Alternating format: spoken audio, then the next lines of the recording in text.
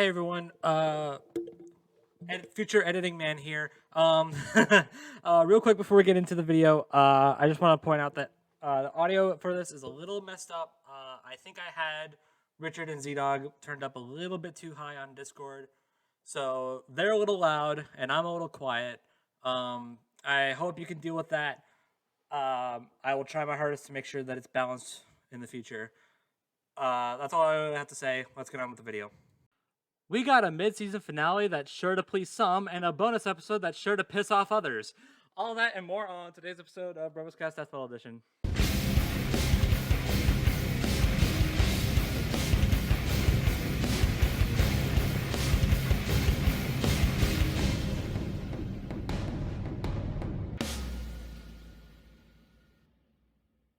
Hey everyone, and welcome to another episode of BrobusCast. I'm your host, BrobusCast. With me today is Z-Dog. Nano machine, son. Nice. And Richard. Rules of nature. That was weak. All right. I'm not destroying my throat for you. Fair enough. Fair enough. Fair enough. Yeah. Guess whose ninth half? Guess whose fourth half of the ninth season is done? Oh, hey, Death Battle, how you doing? Yeah. Smooth. Smooth. You really tried to make that work. I really did, you know. Okay, so we have things to talk about. Lots of things. Yes, we do. Oh boy.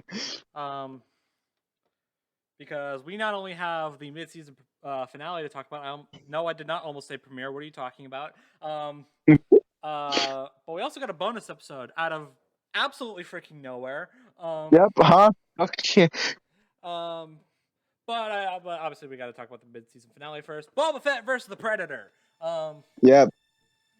It does exist. It does exist. It happened. It happened, and it was pretty solid. Yeah. It was alright. Me and Z-Dog are going to be the controversial ones on this one. Oof. Okay. Maybe I don't know. I don't know if it's that controversial. We'll see. Anyway, results. Well, let's talk about what's not controversial. The Predator lost. What? Huh? Okay, do we fair? Yeah. Blasphemy. We all kind of decide. Okay, they made it closer than we expected, but yeah. Let's be honest with ourselves. Well, just because it was closer than we expected doesn't mean we don't get it right, and by Jove, we got it right. Yep. We did. Pretty well. Oh, but that means we're tied with the lads. Well, we're still not competing yet. Is that foreshadowing that I just did? They gasped. I can't believe you would do that. Anyway. Anyways, all that weirdness aside, I don't know what I was doing there. Yeah. I mean, sure, whatever. It makes Boba Fett sense to me. Awesome. He's redeemed. And there we go. You got to win after 10 years or 11 years. Woohoo! Yeah. Go Boba Fett. Yay. Hear what they say. Third time really is the charm. It really is. There you go. It really is the charm. Weird that. I will say it's very interesting after so long. It's very interesting to have a Star Wars character that isn't, a Jedi. Yeah. It feels a little. Yeah, because those exist. Yeah, it just feels different. Well. It's just weird. I don't dislike it. It's just weird. Yep. Yeah. But aside from that, analysis was fine. The editing is top notch as always. Yeah. It's a pretty Only. Yeah. Sorry. Oh, okay. Sorry. Only nitpick I can make is once again they do kind of do the thing where it's here's what Boba Fett did in the original expanded universe. Here's what he's doing now. It's can we just stop pretending that he was a badass in the expanded universe, he was kind of inconsistent, and that really is the most noteworthy thing he did in the expanded universe. He trained a Jedi, but at least in the new canon, yeah, in the new canon, he's a crime lord. I would think you would put more emphasis on that than him just training a Jedi. Yeah. But yeah, other than that, you know, it was fine.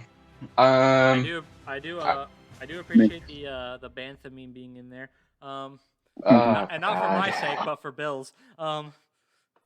For everybody's. There you go. Hey, as soon as I saw it's that, I was a like, Star oh, Wars episode. As soon as I saw that, I was like, "Hey, Bill's gonna like this one." Like Bantha. For so long, I heard him make such a big deal out of that. This is before I watched the Book of Boba Fett. I was like, okay, what? And then I watched the episode. I watched the show, and I was like, what? Okay. It's very weird with the context. Yeah.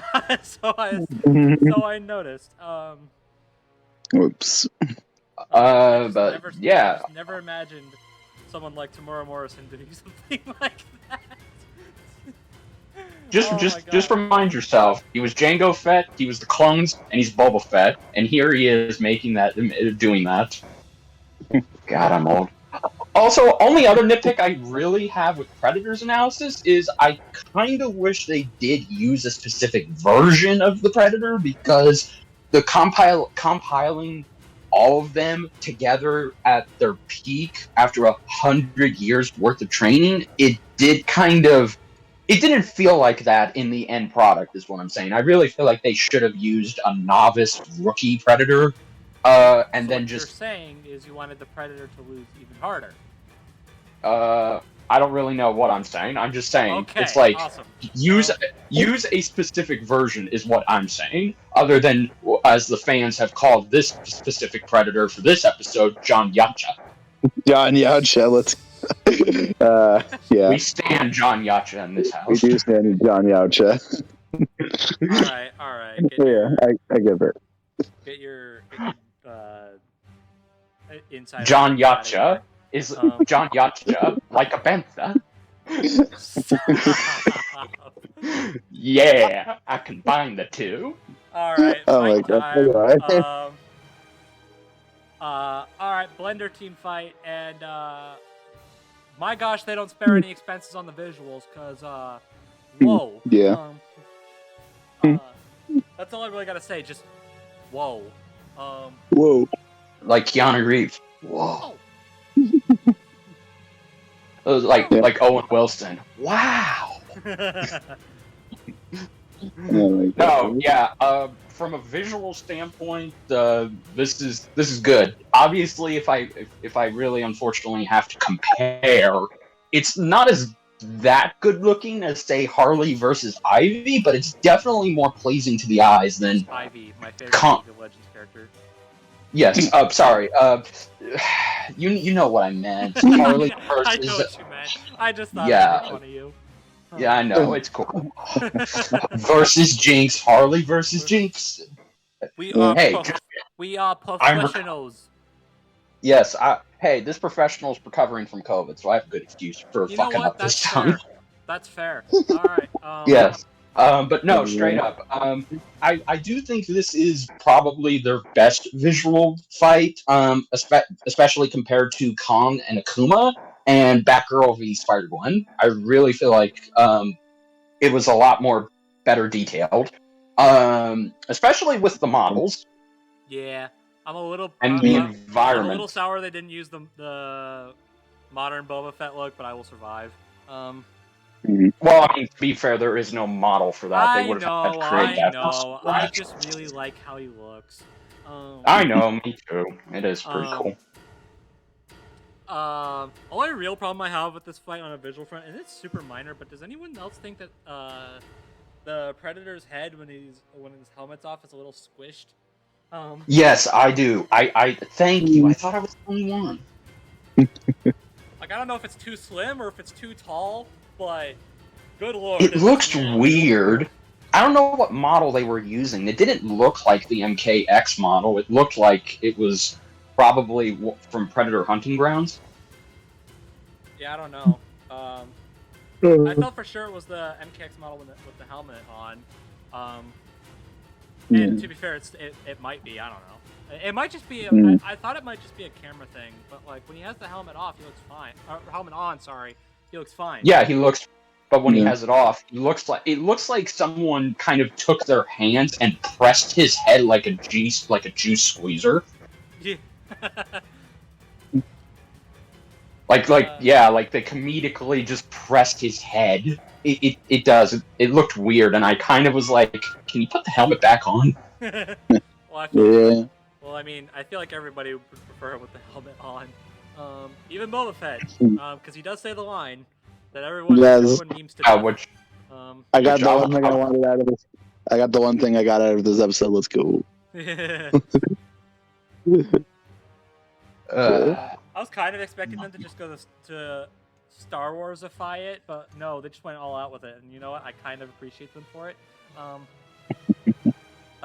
mean, I kind of have a little problem with the delivery. It just sounded forced, but I'll get into that whenever we get into the BAs. But yeah, no. Also, too, favorite part of this animation is easily the scene where Boba just cauterizes his wound with the lightsaber. That was raw. That was really cool. That was insane. I'm kind of the opposite. I just thought this fight, upon multiple rewatches, I just think it's okay. It's definitely, I don't know. I feel like maybe there was something missing, and I can't. Aside from maybe an extra couple of seconds, I just kind of feel like it was just going through the motions. There was no naturalism in this. It just felt like Boba shows up, Predator sees him, he fights, and that's just it. Like, I mean, there were some cool back and forth moments, but I didn't really feel this episode like I did other episodes of this season. Like, it definitely could have used a little bit more suspense in it. Maybe that would have helped. And the big problem that I know a lot of people, hardcore Predator fans, have brought up was the way the Predator went out. It did kind of seem like it was clumsy. I don't know. I feel like there really wasn't any other way to end it if Predator was gonna lose. No.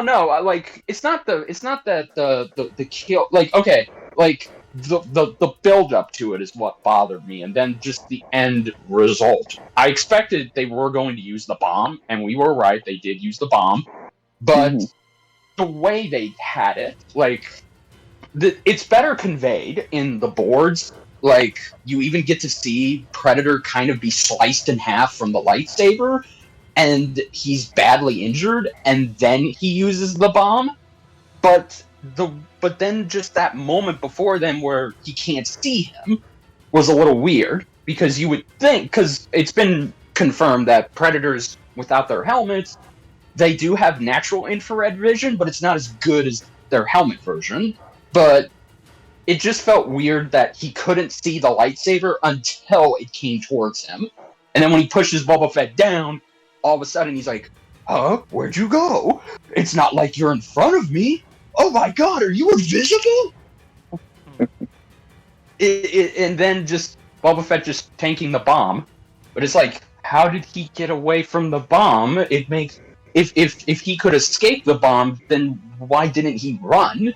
Like, they could have just had a couple of extra frames of him taking the arm and then just jogging like a meme running video. I feel like they did that to kind of get the tension going. It's like, oh, did he survive?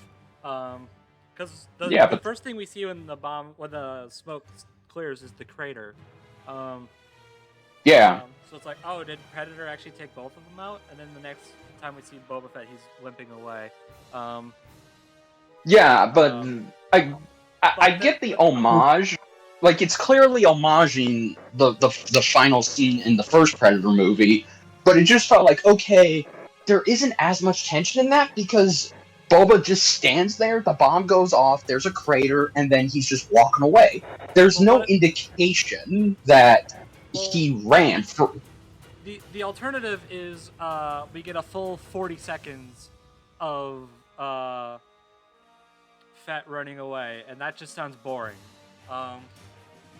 It's better convey. I get that, but it's like, to me, it really would have helped this episode, this animation's biggest problem, and it is ultimately the pacing. It doesn't flow naturally. It does feel like it's just going by at a quick pace, not that quick of a pace, but it doesn't feel like there's much room to breathe.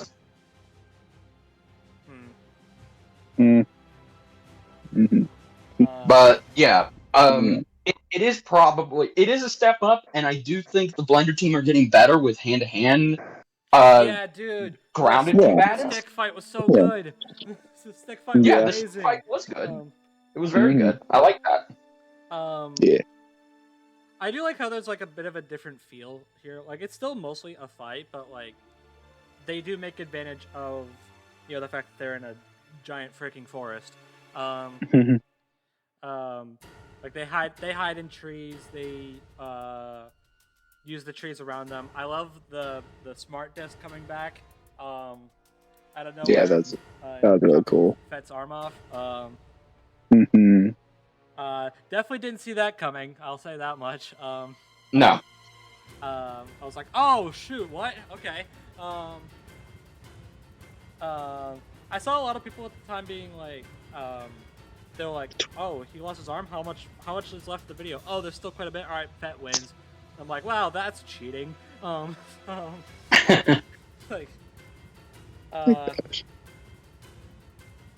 good job there, guys. I don't know. I feel like that's on them.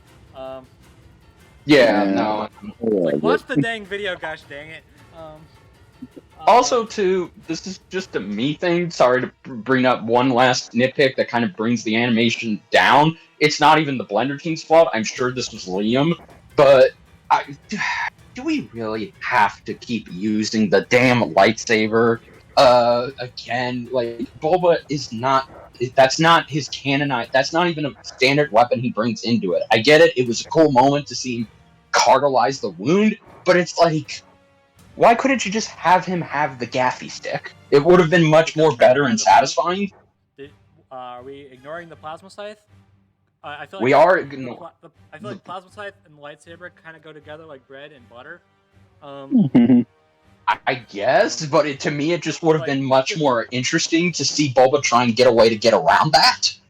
Well, how? His jetpack is out. Again. He can dodge it. Because you gotta remember, he with is... similar speed, like, Predator's gonna hit him eventually, and then he's just dead. But see, that right there is just much more better, because again, it's that just increases the tension of that, and really, it's not like the lightsaber did any... It's not like the lightsaber really made that big of a difference. All it did was, he just broke the plasma scythe, and he kind of cleave through him, and then that's it. It's just, it's gone. So, really, it just felt like the lightsaber was just there just because, again, it felt like an obligation to give him a lightsaber, but I do like how they included it. I just wish they didn't. I'm getting conflicting things here, but alright, whatever. Let's see, what else is there to talk about? I like how they use a lot of their weapons. I forgot that he... Oh, yes. I forgot that Fett had, wrist blades. So yeah. I saw that, I was like, I see what they're doing here. And it was cool. I like seeing him use the gaffy stick. I like modern Disney Boba Fett. Leave me alone. It's okay. I know I make this joke a lot, but like, when Book of Boba Fett was coming out, I know like nowadays it's considered pretty universally mixed. But, yeah, universally mixed. That's what I said. when it was coming out and people were complaining about Fett and being like, look at all these things that he's like, he has morals now, and I'm like, wow, he has personality now. He is a character now. Oh golly gee, like, it's like, Whoops. wow. This is the Star Wars community, everybody. Imagine. Look, man, I'm an equal opportunist. I'm an equal opportunist Boba Fett hater. Boba Fett sucked in the original canon, and he kind of sucks now. There you go. Whoops. Yeah, whatever. The first 4 episodes of Book of Boba Fett were still good. Don't get me wrong. Yeah. I liked the later episodes. They just weren't, Boba Fett. Yeah, that's exactly why you liked them, because they weren't Boba Fett, and you came to get a Boba Fett show, but you did not get a Boba Fett show by those next 2 episodes. You just got a backdoor pilot for the other guy. Now we just need that other guy in Death Battle. Like, when is Mando's turn? One day. Just imagine if they bring back Predator to have him fight Mando.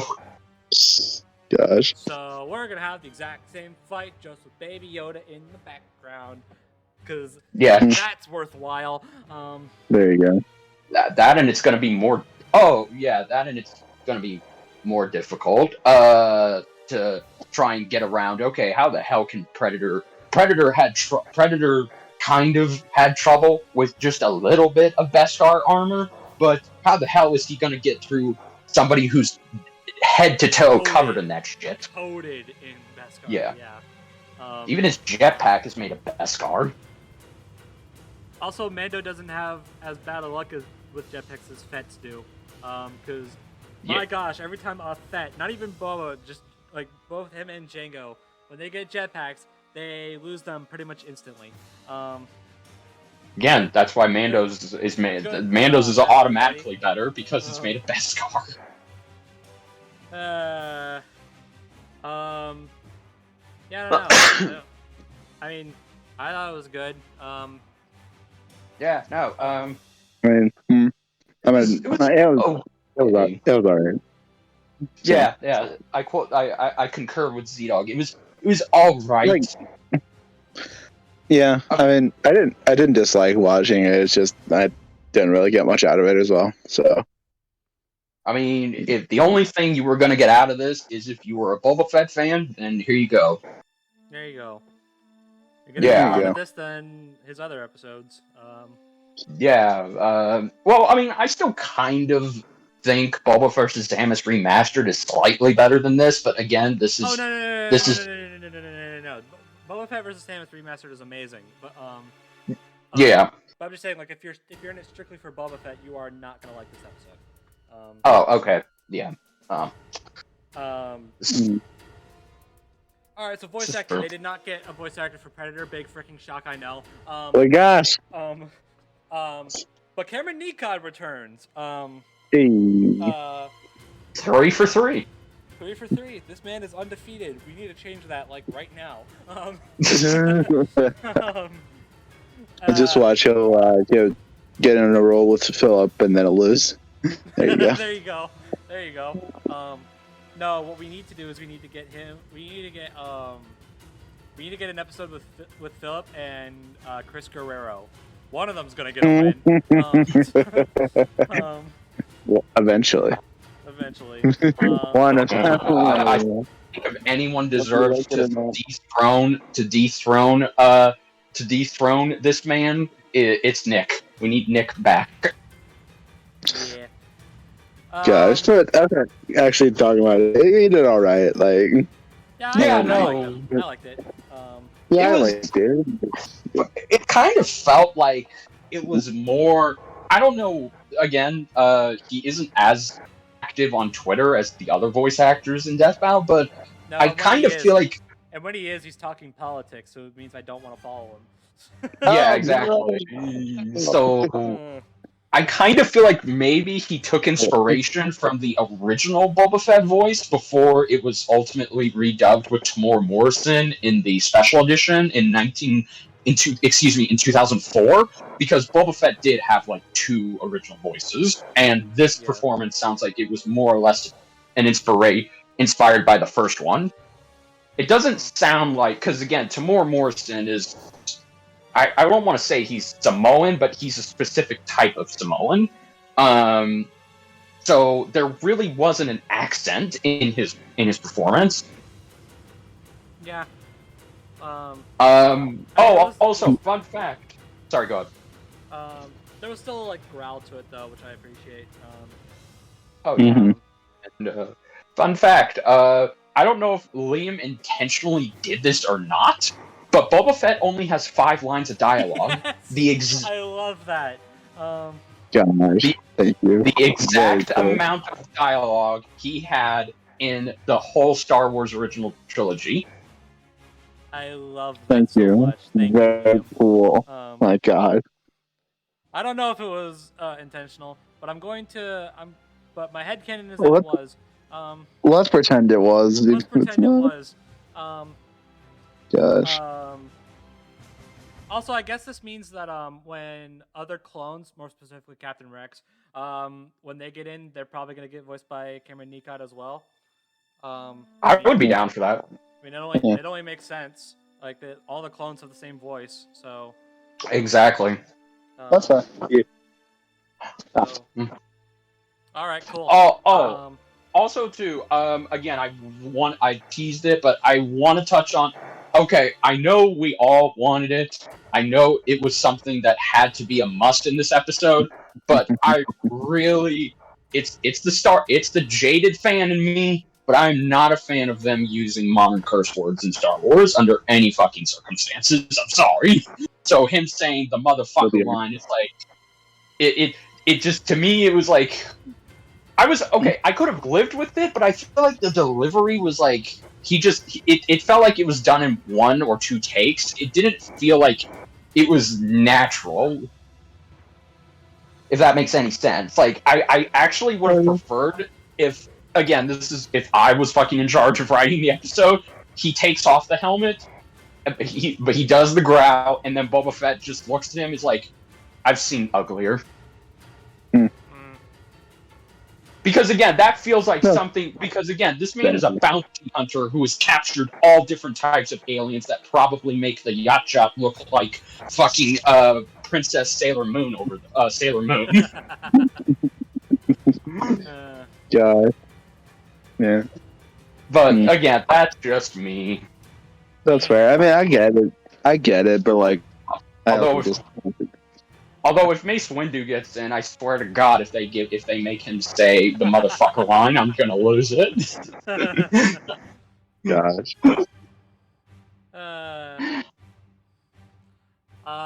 Yeah. I mean, this man has 5 lines of dialogue, and I think he delivered them all pretty well.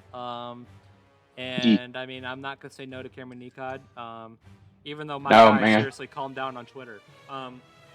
I want to follow you so freaking bad, but like, I don't want that crap on my feed. I get it too much. Now you know how.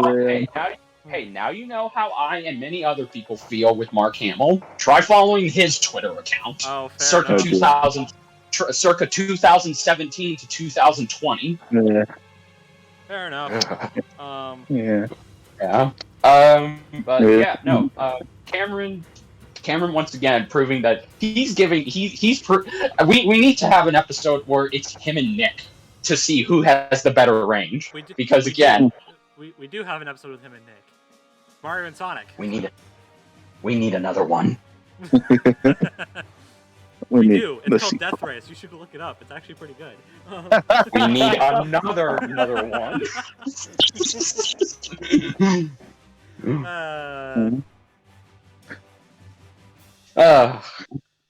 Okay. Music. I feel like this guy's shown his range pretty well already. I mean, this guy is not only Boba Fett, but he's also Mario and freaking Sephiroth. He also voiced the 1966 Batman. Oh my gosh. Death Race. Yeah. Very cool. Yes, and also comedically too, Nick was 1966 Robin. Yeah, that's why I said There you go. we have an episode where they're all together. They're both together, and it's called Death Race. 'Cause, But you know what I mean. We need a third. We need more. those are the only two voice actors in the entire show, which is weird, but whatever. Thank you, Michael. Their bank accounts got massive raises after that show. Mhm. Anyways, yeah, music. If It Bleeds. Not a fan of that name. It's atmospheric. No. You're wrong. It's atmospheric. It's I like the ending of it a lot. More specifically in The ending. Oh god, yeah. It legit sounded like a John Williams cover at that end.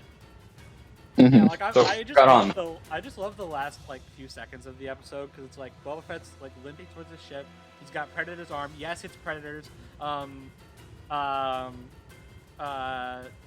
The sun is setting. His ship is like the only thing that's still okay in that entire forest. Hey, the man knows how to park. Hey, It's like, hey, that was cool. the man knows exactly where to park his ship when there's an inevitable explosion. I guess, but like there's fire all around it, so whatever. Yeah, it's okay. He'll get it cleaned up.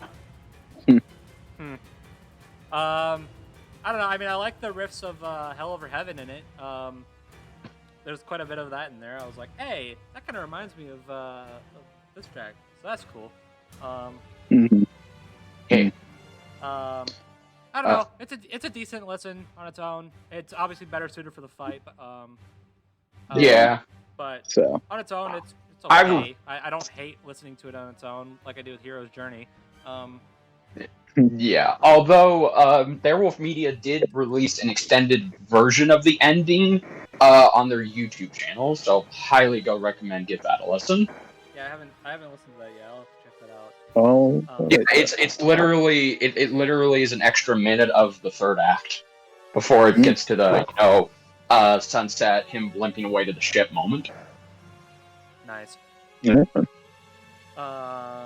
Yeah. I don't really know what more I can say about this episode. Yeah, me neither. Like it's fine. I like it. Best I can say is it's the Blender team once again proving that they are getting better and better with grounded combatants. Like they're getting much better. And I knew they would. Like, say what you will about Akuma versus Shao Kahn, but like, compare that to Batgirl Spider-Gwen, and it's like, yeah, there is improvement here. Yeah, that's true. So. Yeah. Although, if I were to just say where overall I feel about this episode, I kind of feel like this is going to be at the very bottom for me of this season. It's kind of, it's kind of the first. It's not a stinker per se, but it is kind of, it's a low point.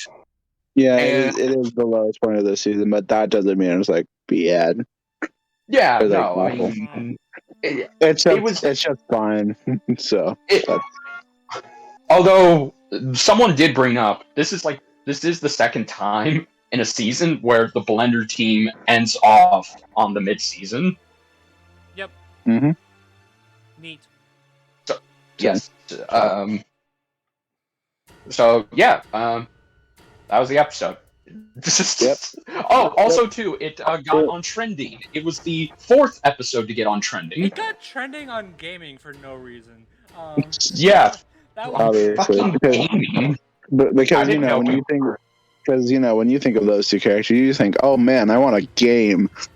yeah. I mean, Star Wars. Gaming. Lego Star Wars Skywalker Saga and Predator Hunting Grounds are still relevant.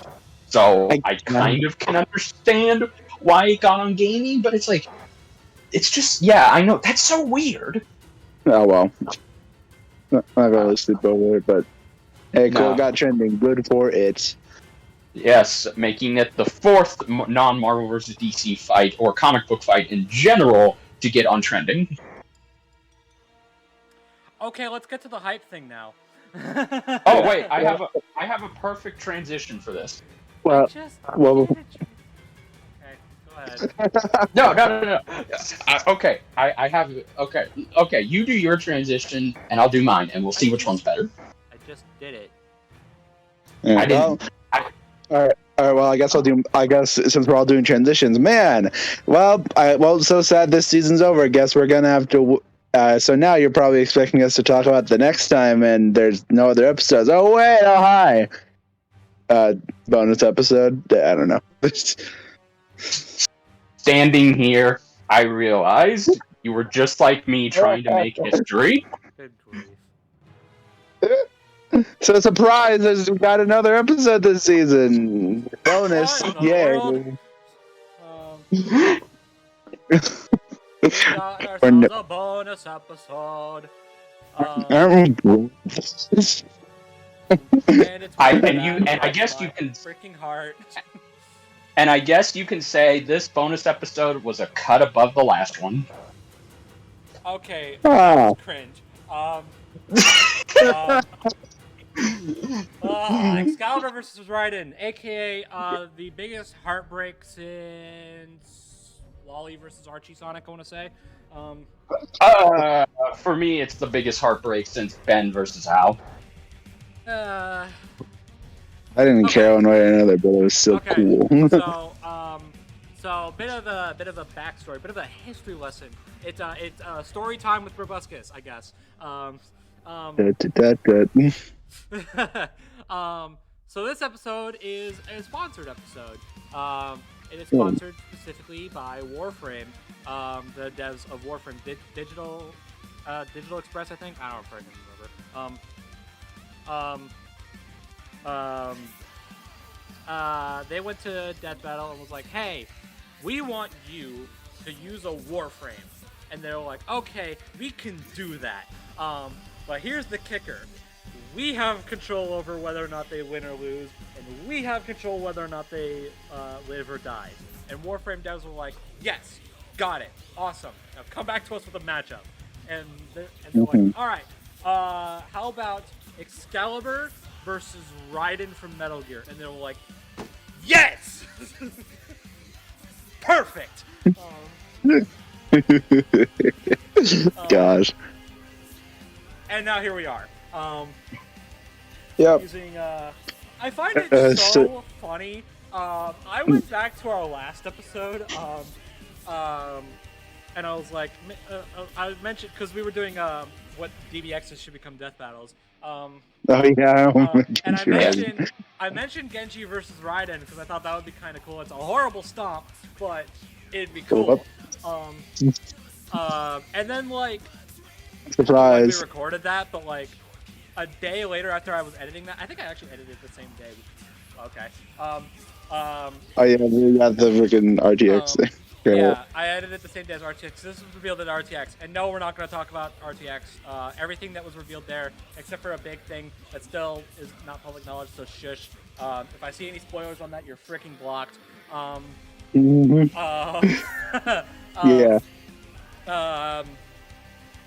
What was I saying? They revealed Excalibur versus Raiden there.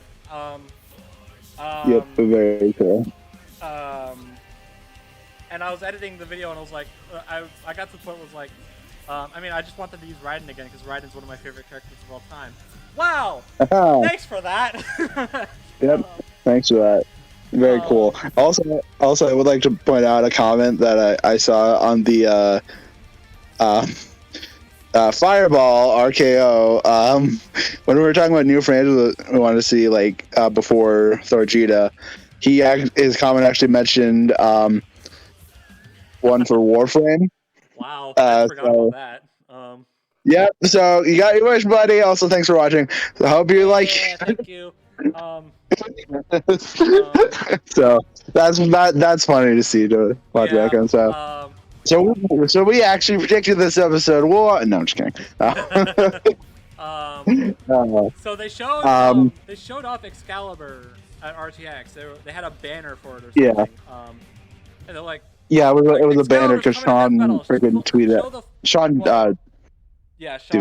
posted on Twitter. Yeah.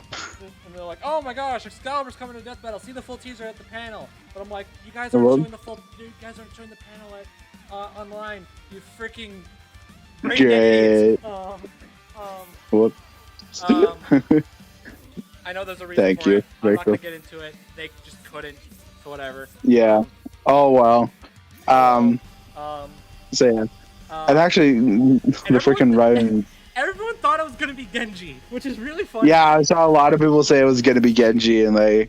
I mean, that sounds cool. So I guess, but nope, it's the other ninja things. Dude, Uh, I was at work, right? And I went to the side because the cell service there is garbage. So I went to the side where I could actually get some decent cell service, so I could pay attention to a chat that was going on, talking with people who were at RTX. And all of a sudden, I see this image of someone took a picture from their phone, and it was Raiden. And I was like, what? I was like, wait, that looks like Raiden. Wait a second. No, wait a minute. No, this isn't what I wanted. Okay. That was fun. I mean, yeah. I mean, I'm disappointed they didn't go with Genji after the fact, but I get it.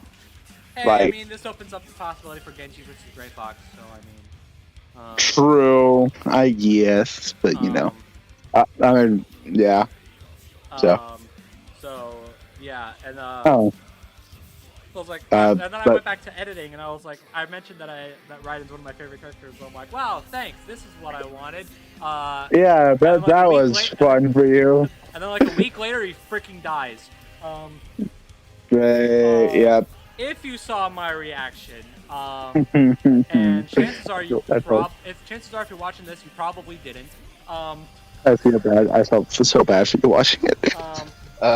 When I got to that final moment, we're gonna talk about that later. But when I got to that moment, my heart sank all the way down to my freaking stomach, just seeing that happen. And it totally put me in such this pessimistic mood for the rest of the day. I'm so sorry. Which is what I would have said if I didn't go see the 2007 Transformers movie with my parents because it was in theaters. That made me feel a whole lot better. In theaters. That made me feel a whole lot better, actually, because we had a lot of fun watching that movie, actually. That's good.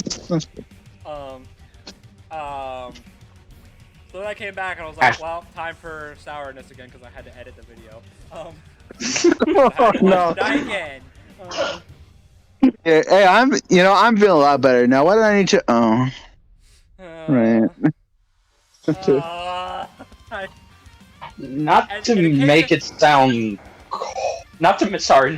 sound like I'm being cold, but I was just happy that my winning streak continues. But I did feel a sadness washed over me. It's like, oh god, the streak continues, and all it costed was my favorite sexy silver-haired boy. Gosh. And in case anyone's still wondering, yes, I'm still better. Hey. Man. In a way. Hey. At the very least, he got one victory. True. True. That episode's still amazing. I went back and rewatched. Oh god. Yeah. Oh yeah, I did too. It's so great. Yes. No. So. Yes. But yes, I'm still better, but yeah, I agree. I agree with it. It's like I can't disagree with it. I can't really comment on saying like I disagree with this episode because I don't know Warframe. Yeah, same here. I mean, as soon as they said Excalibur and other Warframes have access to over 500 weapons, I'm like, okay, better versatility, boom. And then I saw, that there also includes a weapon that could destabilize the Morsam. I'm like, okay, well, there you go. That basically, that's what it comes down to. I wish I remembered that after watching the analyses, because I was like, I when I saw that, I was like, oh, that's interesting, actually. And then I just completely forgot about it. Oops. Yeah. So that was fun. I said in the video that I would try to not let my bias take over. I didn't say I wasn't going to. I mean, I very much I went into this episode and I was just kind of hoping for the best because, like, it's pretty obvious if BrobusCast is the only one, but I really fucking love Metal Gear Rising. I have huge fucking nostalgia because I played it in high school when it came out. I loved it. It was Raiden was my favorite new Metal Gear character. And spoiler alert, I hadn't played Metal Gear Solid 4. I had never even played any of the Metal Gear Solid games. Yeah, real talk, I have actually yet to play any of the other Metal Gear games except for Rising. I have played a little bit of 4. I need to get back to it, but 4 is, in my opinion, if I'm just going off of bias here, I do think it's the best story. It's easily the best story. How long it is. Yeah, no, straight up, it is good. But yeah, all I really wanted was, okay, I want this to be better than the 7 Battle Royale because this episode right off, it doesn't play out like a standard episode. No, it does not. No, in fact, we were told about that pretty early on, but like we were told like this episode's a little different, but it's still like, you know, pretty standard. Like it's got all the same standard like death battle production to it. Yeah. Like there's still 2 researchers on it. There's still chats about the writing and the animation and who wins and whatnot. And yeah, believe me, we're gonna be getting to that later. But the first big. The first big difference is the tone, is the logo. It actually opens with no music. You hear street noises in the background, and the Death Battle logo, and it's only one single spotlight. Yeah, so I saw that, I was like, oh, this is okay. This is interesting. Yes. And the entire episode isn't even just a full-blown like death battle analysis. It's more like 2 bros just talking to each other about characters they like, and then eventually it dives into like, man, I know we're just like talking out of our butts here, but this guy would totally kick the crap out of this guy, and the other guy's like, you're joking. To evolve from there. To steal/paraphrase from Nemesis.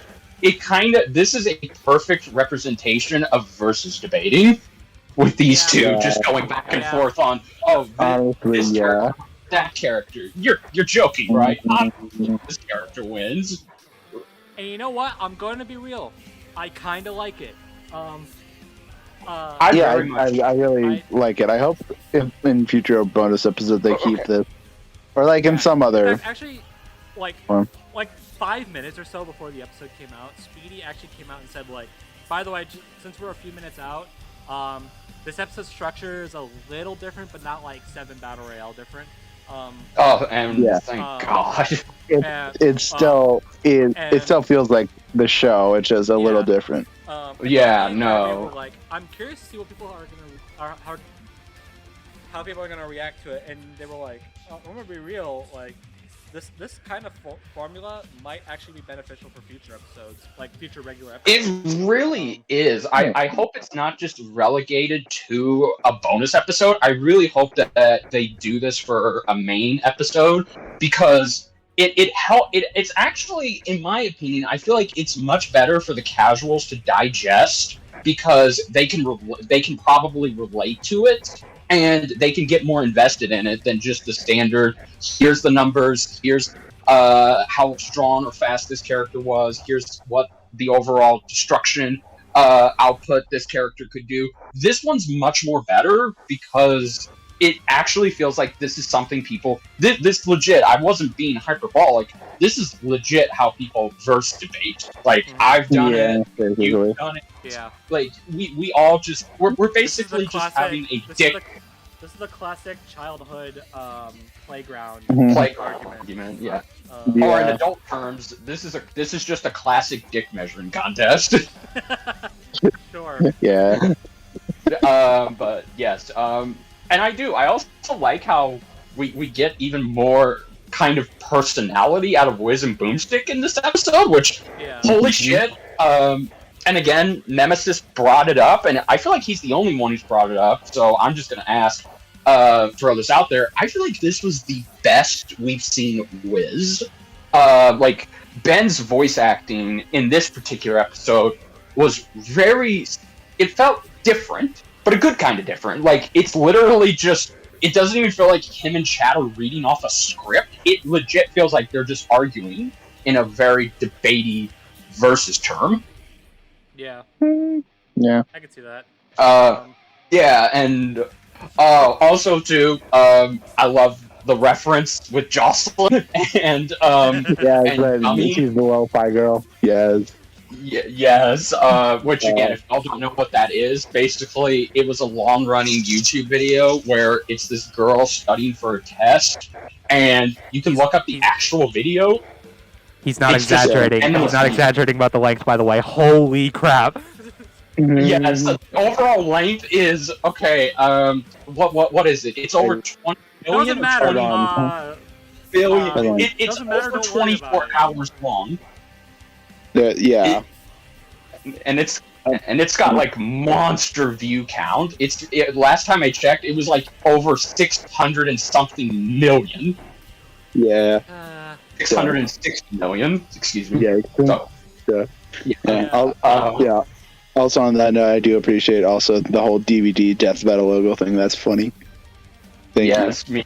Yes, the screensaver. Oh, that takes me back. Oh to yeah. childhood. Yes. Even though So it never hits the damn corner. Anyway. Although out of context, if you don't know what that reference is, if you don't know the whole Jocelyn reference thing, you could also kind of look at it as out of context. Wiz is spying on Jocelyn. Sure. We'll go with that. Yeah. Also notice how during Excalibur's part, it's really just Wiz explaining how this character works, and Boom's just kind of like, oh, that's pretty cool. Like Boomstick doesn't give any analysis on Excalibur at all. No. Yeah, no, and I kind of disagree with some people because they feel like the way Wiz is talking about Excalibur, it feels like he's just talking to the audience and not to us. And not to Boomstick, excuse me. Yeah, I kind of feel like... Yeah, I mean, maybe in some parts, but overall, when Excalibur was getting his rundown, I didn't feel like it was something that was being more conveyed to us than Boomstick. I could kind of feel like, okay, he was still talking to Boomstick, but I get it. Even if it does sound like he's talking more to us, well, that's just because, again, they have to still convey this to us. They can't just fully have it be Wiz explaining this to Boomstick and reminding you, oh yeah, it's just them that they're going back and forth with. They're not really explaining it to the audience. Also, Wiz and Boomstick have a calc off. They do have a cow cough. I love I that. just think Yeah. that's funny. And Wiz lost. And Wiz lost, which makes no freaking sense, but you know. I guess it's true. Hell has frozen over. I guess. Hell has really frozen over on the community, though. Yeah, I guess it's time we address this. Oh, I was really great. hoping we wouldn't. Not now. Hey, well, look at it this way. We'll talk about it. We talk about it now, and we have the fight as a palate cleanser. Sure. I guess we have to rip off the Band-Aid.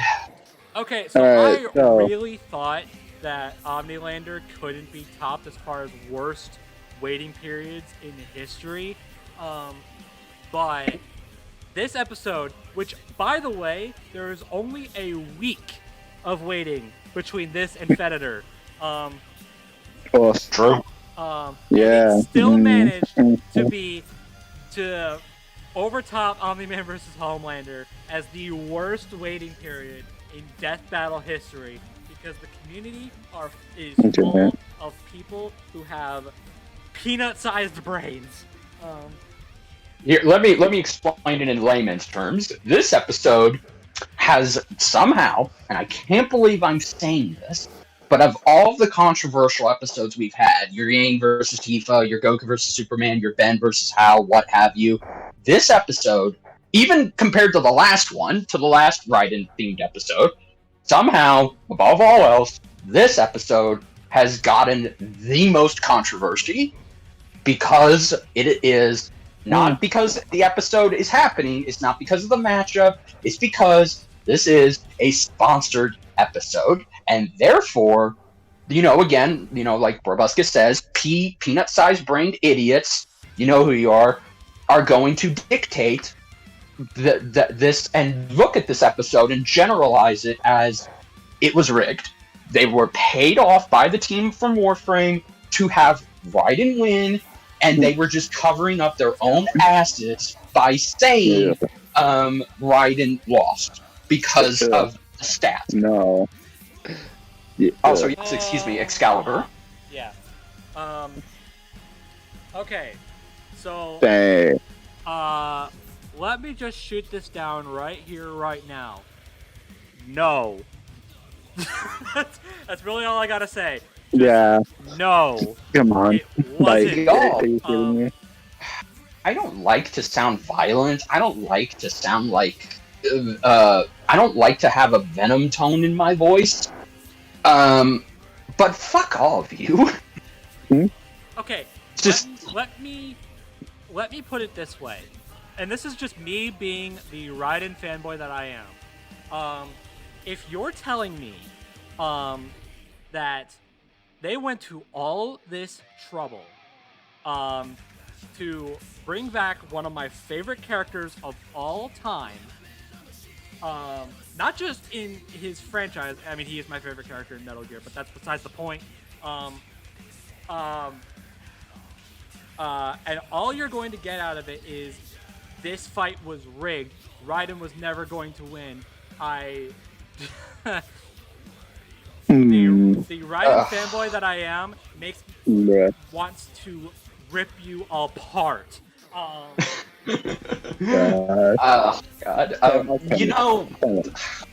It's really funny how we have just gotten more controversy this season than any other season, because we already also dealt with the assholes that were pissed off about Sun Wukong and Hercules being in there because of the religious implications, and now we get to this shit. You people really never fucking cease to amaze me. You do. You just want to believe what you want to believe.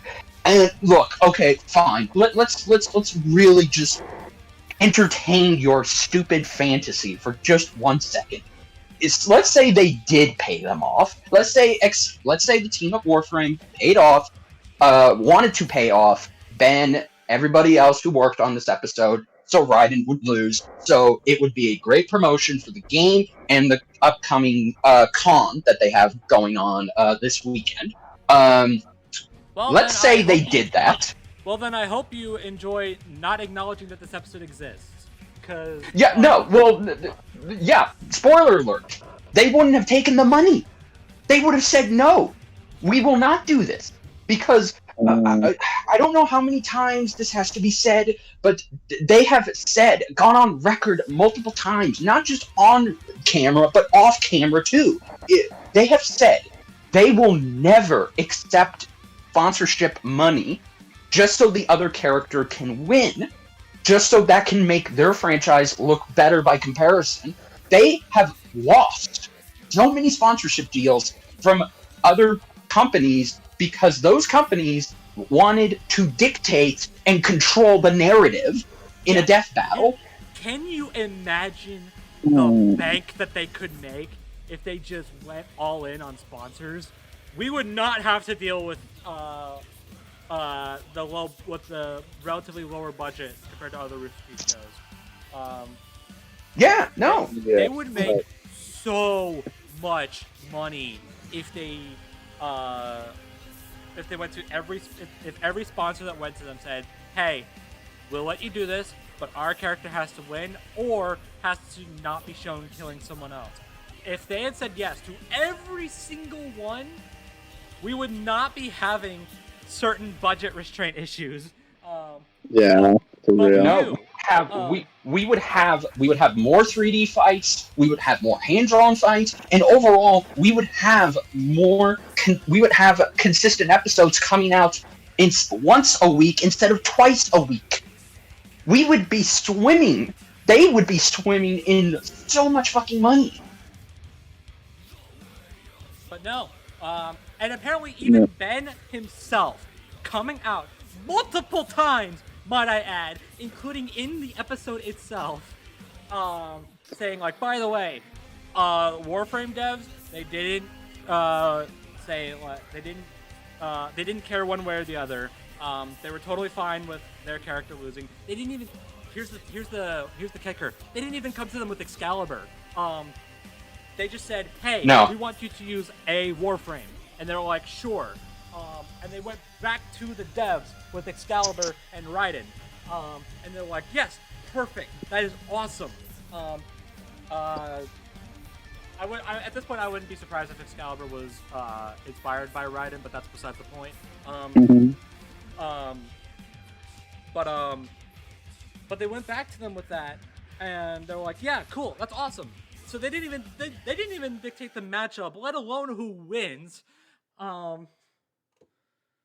No, and I've seen so many reactors just come out and make this stupid claim again and again. And all of them, mind you, are Raiden fans like me and BrobusCast. But here we stand, and we're not making those bullshit statements because we follow the show outside of just Death Battle. We follow the people. Some of us have talked to people who know these people. We know better. With a researcher. Yes, I'm friends. I played Multiverses with the fucking lead animator who has made the animation so fucking crisp and clean for the past 6 years of his career. I mean, for God's sakes, people, you just don't know how to take it, how to take the L. Again, look, you can be upset that Raiden lost.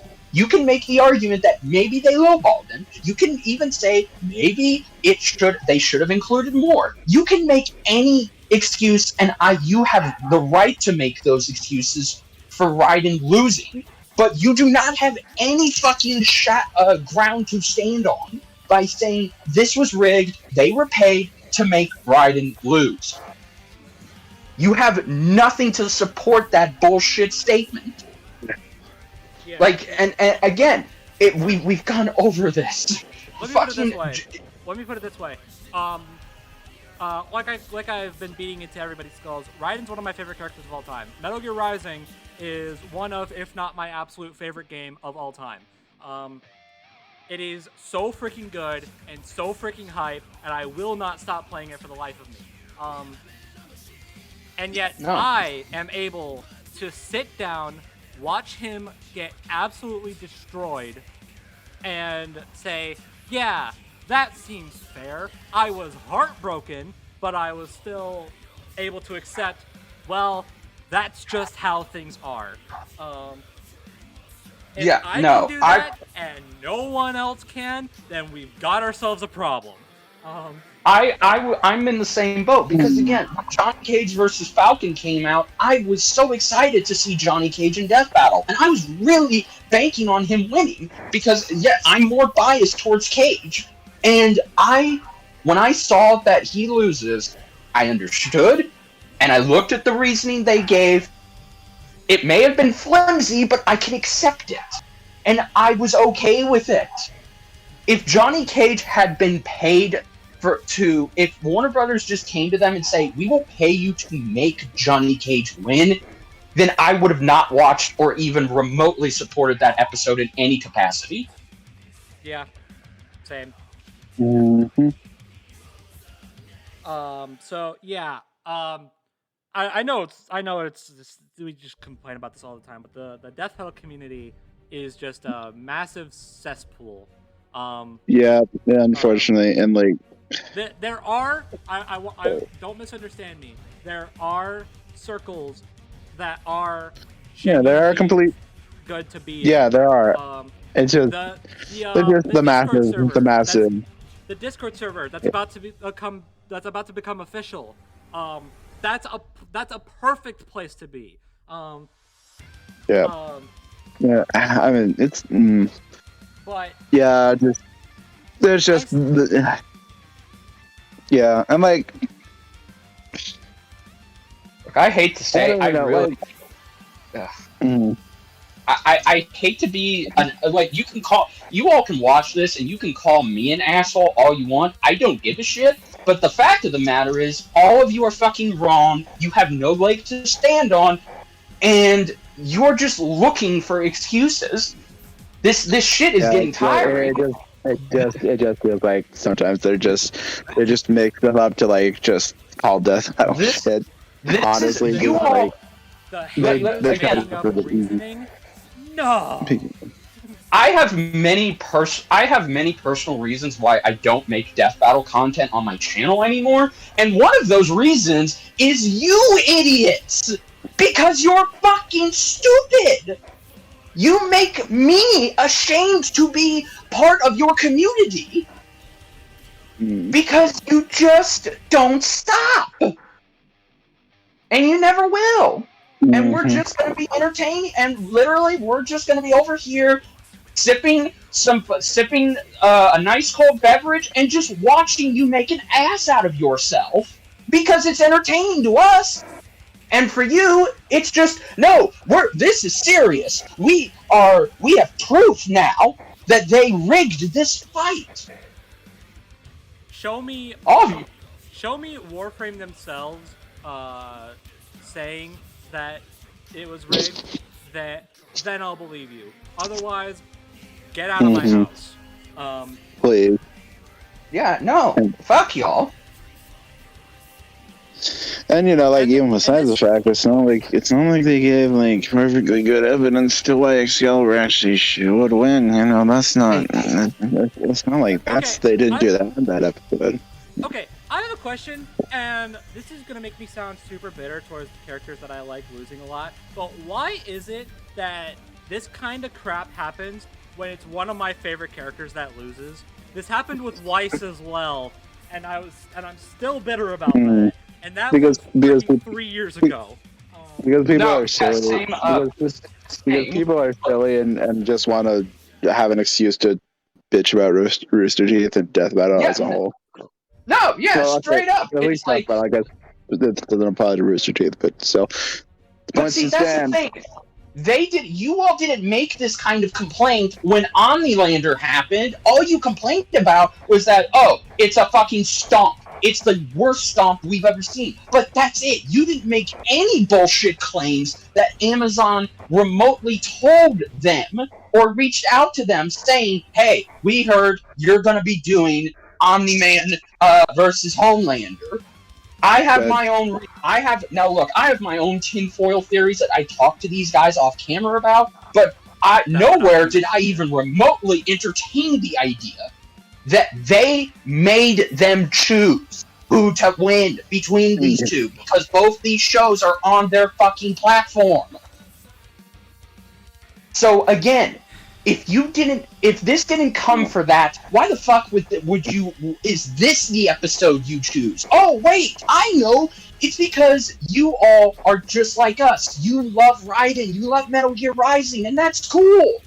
But you're making that community look bad, because literally in the actual episode there are probably thousands of comments that are saying the same shit again and again. I'll say it on Twitter. Yes. I mean, I guess that's supposed to show that Twitter and YouTube are cesspools, but still.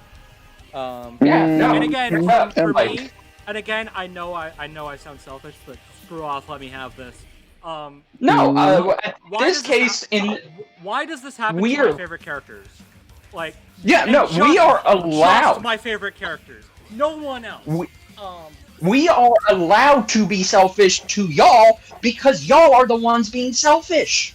More so than anyone else, because again, you just have this massive fucking hate boner for Rooster Teeth.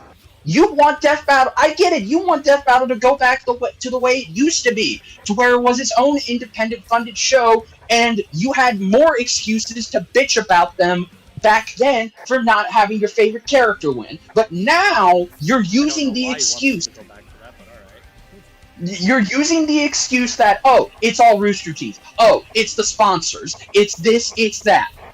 It's anything but the god honest truth that your character was not strong enough, was not fast enough, was not durable enough to beat the other character. It's anything but that. I swear to God, man, all of y'all are, man. Y'all are just like my fucking ex-girlfriend. You're a fucking pain in my ass. Gosh. That's an analogy. All right, enough of that. Yeah, They yeah. don't need any more attention than that. Actually, no. Yeah, they did. Like, y'all's They did. attention is done. Like, this is, I swear to, this is, to me personally, I feel like this should be the last time we give y'all's time in the sun.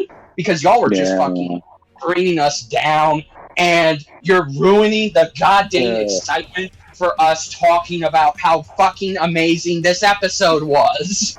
Okay, one more. That was a perfect segue, and I'm sorry to ruin it, but there's one more thing I do need to say. I don't know if this relates to this episode in particular, but it came up after the episode came out, so screw it. I'm going to talk about it now. I didn't watch the video. I'm not going to say who made it. But our good friend Insane Yang posted about a Death Battle reactor on Twitter. Yeah. I think just today, actually. At least I saw Yeah, it. Yeah. I didn't watch the reaction video because I know the guy, and I'm like, yeah, no, thank you. I don't even know why I'm still subscribed to him. But yeah, I think you know who we're talking about. If you don't, go follow Insane Yang on Twitter. Actually, go do that anyway. Yeah, she cool. But yeah, the guy that she posted about, screw that guy. He's probably part of the problem. He's just fucking pissed off because his reactions keep getting blocked, and he can't go to the fucking proper channels to get it unblocked. Cry me a freaking river. Gosh. I need a fainting couch. I swear I've heard this like 10 times already. Okay, enough complaining. Let's talk about this fight. So this fight was animated entirely by Devil Artemis. Yeah. Hands down, his best fucking work. Period. In my opinion. Yeah, that's yeah, I can agree to that. Yes. I don't mean to say. Okay, I don't want to sound passive aggressive or pessimistic here, but I really feel like, man, this should have been the mid-season finale because it was so fucking tight. It's so good. Okay, good. Like just in general, it is fast. It is fluid. They go all over the freaking place. And one of the big thing that I absolutely wanted from this episode, win or lose, was Raiden using more than just the Murasama, and I'm so happy that he pulled out. He didn't use the pincer blades. That's the only thing I'm salty about. But he used his gun. Those are my favorite weapons in Metal Gear Rising. They're slow as balls, but they hit like a freaking semi truck. Yes. But like I saw him use the pole arm, and I'm like, oh my gosh, yes. It was so cool. And then he just pulls out a gun out of nowhere, and I'm like, what? Oh, right, Metal Gear, right. So I'm so used to Rising. I do love that little gunfight though. It's silly. Yeah. It's cool. I love seeing Excalibur just like run out of ammo. He's like, wait, what? And then Raiden makes a MGS2 reference, which is pretty neat. I didn't even recognize that it was a reference at first. Then they played the clip in the recap, and I was like, oh, that's why they did that. All right, cool. And just in general, the effects are insane. There's a lot of them, and I know that's troublesome for some people, but for me, I'm like, it's cool. Yeah, no, it is. It's nice. It's very like it's everything. Okay. Because there is, I will bring it up later, but I will say this, like, in terms of where does this do something better than the original time we saw Raiden in Death Battle? It is the action.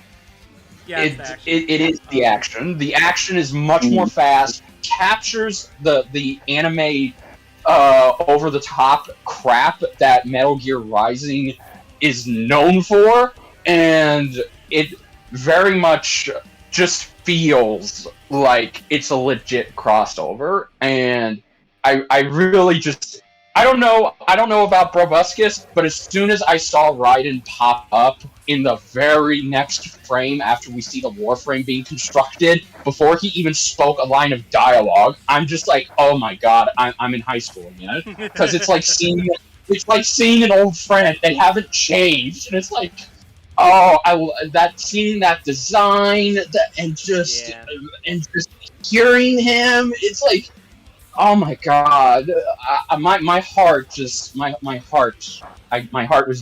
was dancing in the clouds seeing him back. Yeah. So, man, so fucking good. But yeah, no, everything was good. Everything was good. There wasn't much choreography, which is probably the only thing I will kind of agree that it could have used a bit more of. But other than that, it's like, if you're like BrobusCast and me, who just love the fast-paced action of Metal Gear Rising, then fucking Devil Artemis was like, don't worry, I got you. It's like, hold up, I got this. Yeah.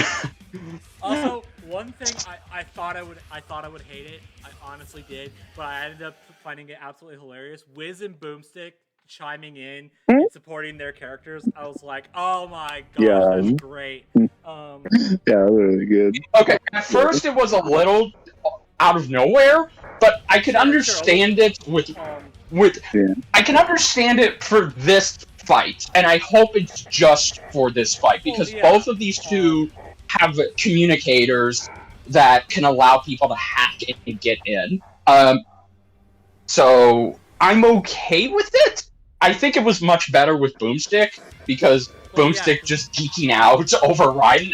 Let's be honest, if we all had the ability to just hack in and talk to Raiden, we would just be stumbling over our own words. Also, he says Mr. Raiden, sir, which is a Metal Gear Rising reference. Probably not intentional, but yeah. But it is a reference, and I appreciate it. If you know what I'm talking about, you're a real one. Hell yeah. But like, it's brief, which is good.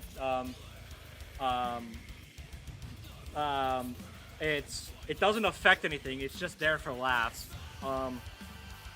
Agreed. Also, but Boomstick outsmarts Wiz. What? Yeah. Yeah. That don't make any sense. I like it, but that don't make any sense. Also Claymores. See a bunch of Claymores. That's pretty neat. I never expected. I don't know why, but Claymores are just something I never think about for Death Battle. I don't know why. I especially don't think about it for Raiden because there aren't Claymores in Rising, but there are rocket launchers though. Why doesn't Raiden pull out a rocket launcher? I know exactly why. Shut up. But why doesn't Raiden pull out a rocket launcher? Anyways,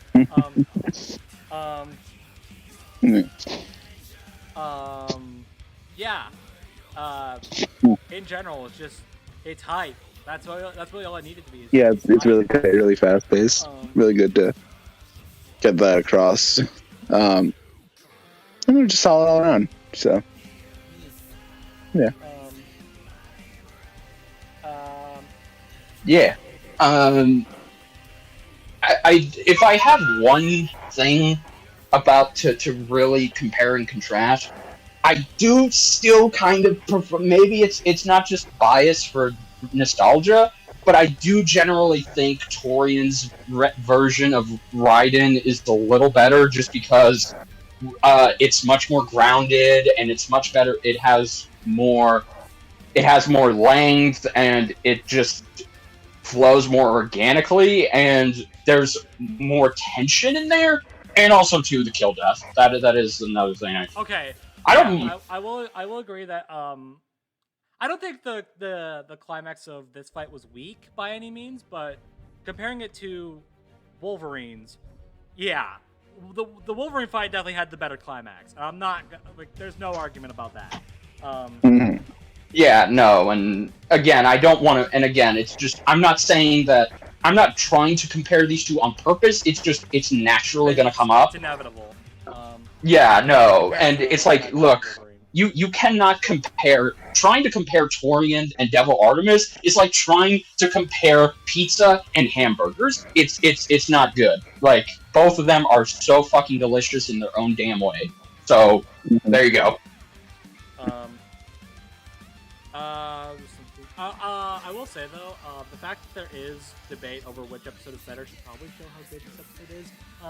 Oh God, yes, no, and I do have the feeling that Devil Artemis himself has played Metal Gear Rising, and he is a fan. He had Yeah, no. Because again, there's I don't know, it feels like there's more reference. There really is more reference for Rising than there is anything Warframe related, other than the Warframe being built and the Excalibur using his multiple varied weapons. But this just felt like something that could come out of a bonus what if level for Rising. Yeah. So yeah, no. I also really go like ahead. I do really like the characterization on Raiden. He definitely feels more like how he does in Rising than he did in Raiden vs. Wolverine. His characterization in Raiden vs. Wolverine is fine. Don't get me wrong. Like, I'm not complaining about that episode. I just think it's better here. I think they're equally just as good, although him. I do really like the Rules of Nature line. The Rules of Nature line was good. Is it okay? Is it cheesy? Absolutely. Is it? Does it make sense within context of Metal Gear Rising? Yes. If you don't know what I'm talking about, just look up his fight with Monsoon. Although I will say, and again, this is more voice acting, but I do kind of feel like, well, no, it can be both for animation too. Another thing that this episode kind of didn't fully deliver in was the Ripper mode. I feel like the Ripper mode was much better built up and utilized in Wolverine vs. Raiden, just because it was there was dramatic tension, and it was just like, oh my god, is Raiden gonna die? No, please, no. And then as soon as he kicks in Ripper mode, it's like, oh fuck yes. Here he just says it. I'll agree yes, with you, go ahead. But it is ripped straight out of Rising, so. Yeah, I know, but again, it's like that's the thing. It's just a matter of it's literally the fanboy going back and forth inside me. Do I like the fact that they leaned into the Rising stuff more in this, or less in Wolverine versus Raiden? It is. It's a preference thing, but either way, yeah, no. I could. I've watched this animation like 4 times. I want to watch it many more, but I definitely want to just say Devil Artemis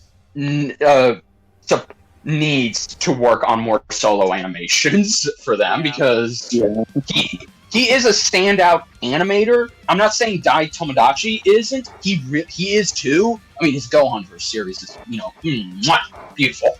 But I love Devil Artemis's skill set, especially when he does. I believe he hasn't confirmed this, but I believe that this animation was done in Source Filmmaker. It looked like Source Filmmaker. It didn't look like Blender.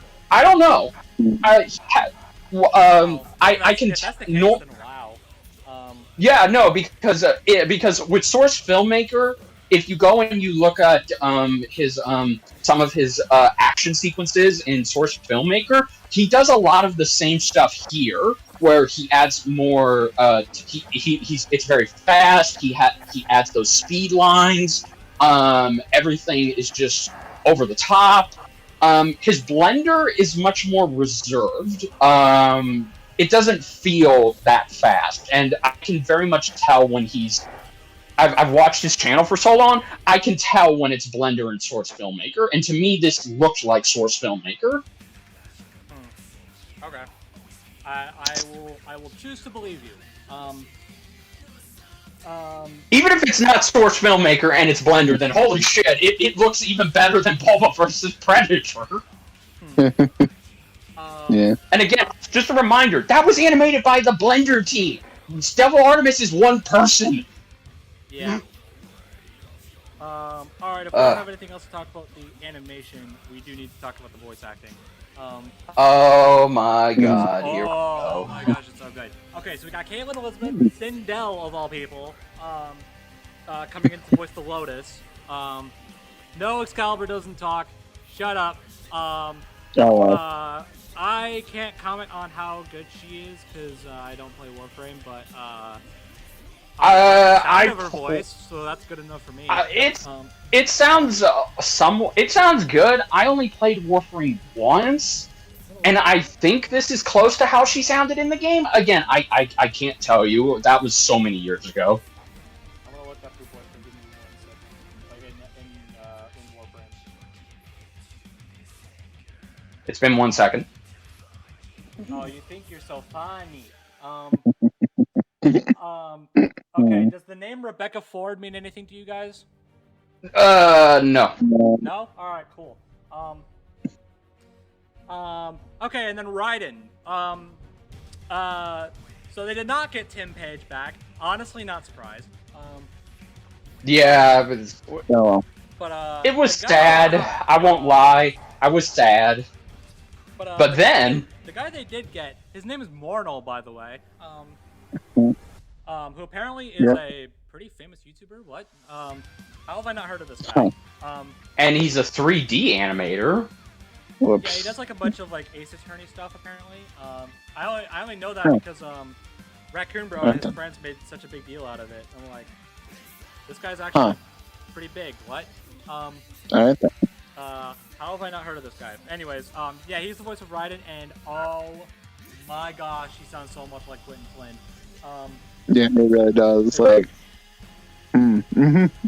Like, it okay. is insane how scary accurate he is. If it kind of, at first when I heard it, I legit thought it obviously wasn't Tim Page, because I remembered Tim Page's performance as Raiden. It was close, but it wasn't this close. But I was like, who the hell did they get? And then when I saw the credits, I'm like, oh my god, this guy's good. Like, it's kind of, he has the personality down. He has he's Raiden. He is Raiden. Like, there's no other way to put it. He's Raiden. Like, Tim Page's performance is fine, but it did kind of feel like he was stretching it to come as close to sounding like Quentin as possible. I do remember because again, it didn't feel like, okay, he had to have been stretching that voice as far as he could. Yeah. Because it sounded like he was on the verge of hurting his voice doing that impression. Like, there are some line deliveries I thought he pulled off pretty well. Like, I do like the Ripper mode transformation. In fact, I actually think I do like Quentin Flynn's "Let Her Rip" line more, but the rest of it I actually think he pulled off better than Quentin, which is insane. Yeah, no. The rest of it, I'm like, I mean, it's fine, but it's just not. I will say, okay. Enough. Like, there's not enough. Like, there's not enough. Yeah, voice just breaking. And yeah, no. Okay. I will say this. I think Tim had had much better dialogue, but his dialogue was overall better just because there was someone to bounce off of and interact with. Okay, that whereas, fair, but that yeah, line whereas here, like, whereas here, Manuel, I'm just gonna call him M for short. M has a much better sounding voice. Like, I feel like it is, like, had this episode been maybe an extra minute longer, I really feel like it could have been more rounded out.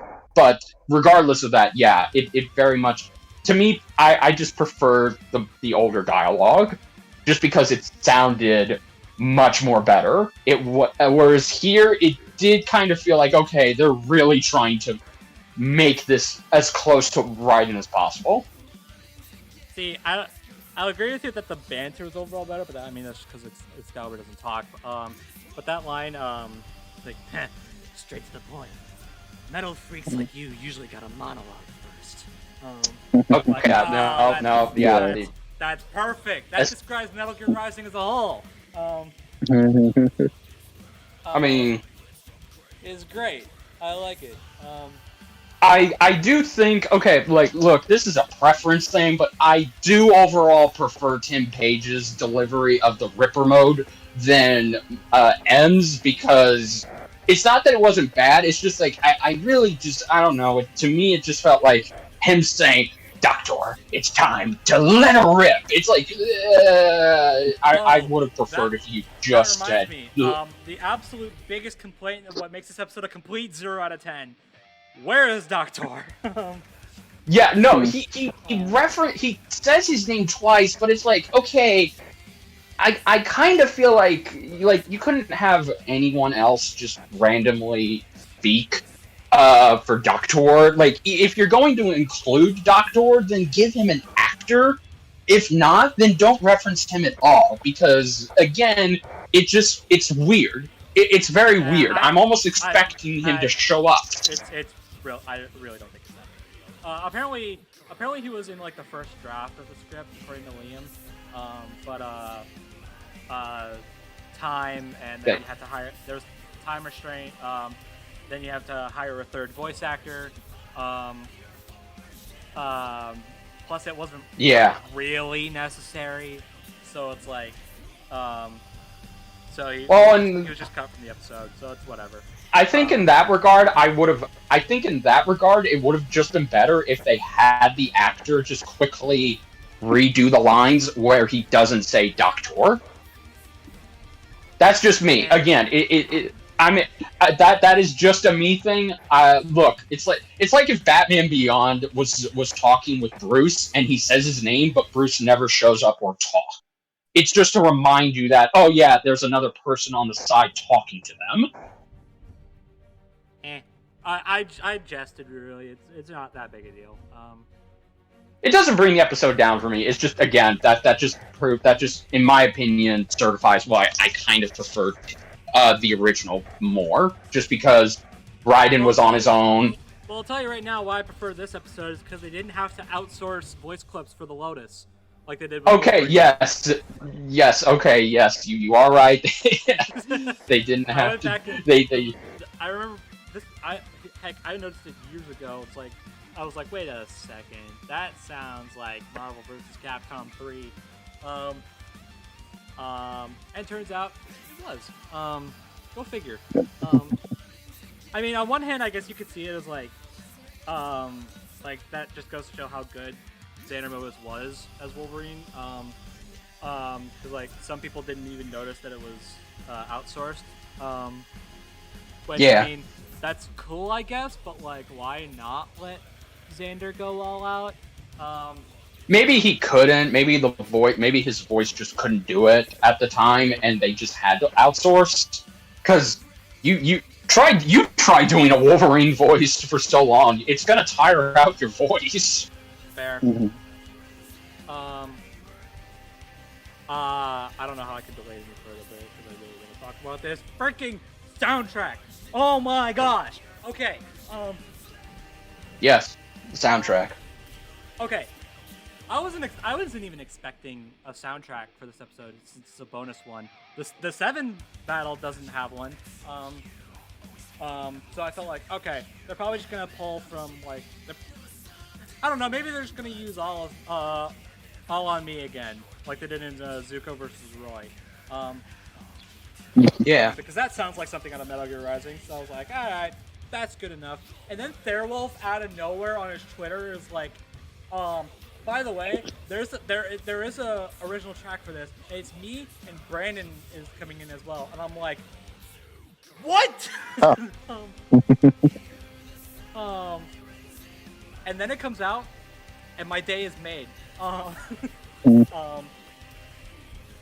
This track, I'm gonna be honest, might just be my new favorite death metal OST.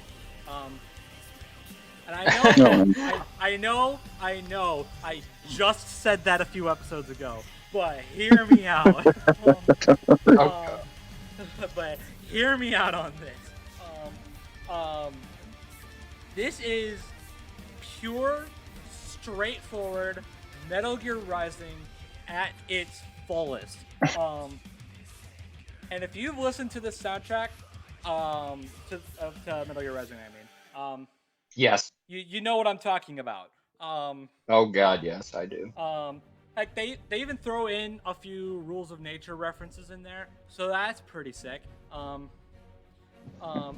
They freaking fooled me though, because they put it in at the end of the track, and I listened to it before the episode came out, and I heard that Rules of Nature at the end, and I'm like, oh, wait, no, you're kidding. They freaking red herringed me.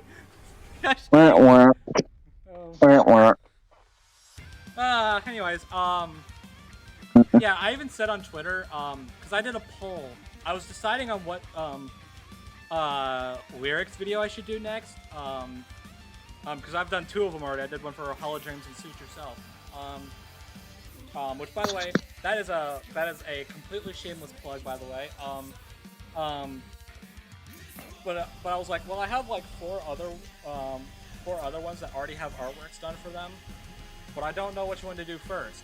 So I went to Twitter and I just made a poll and was like, all right, here's 4 options for you. Go crazy, pick one.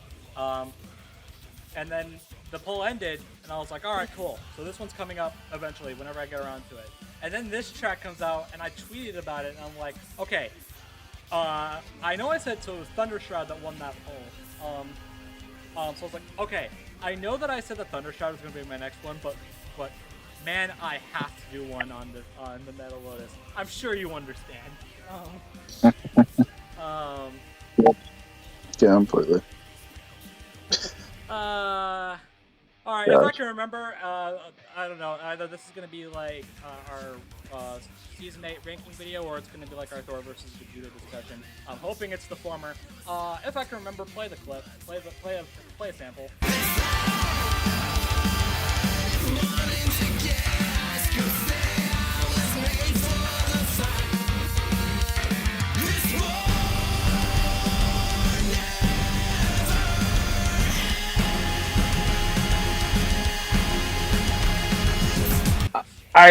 After listening to it so many times, I kind of have to say it's in my top 3 favorite tracks.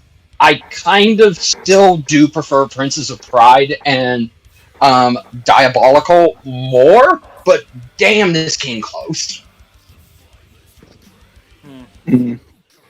Like, I think the bigger question is it better than Expo, Brandon's original track, Okay. versus Wolverine?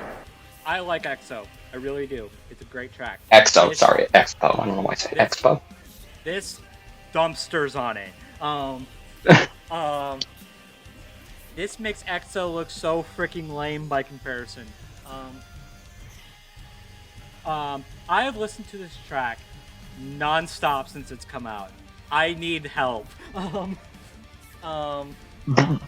I think also too it helps. Brandon did state on Twitter in a conversation with somebody that he actually went a bit for more of a harsh metal sound than his regular metal sound that he's done for tracks like Chaos Unraveled or Blood Moon.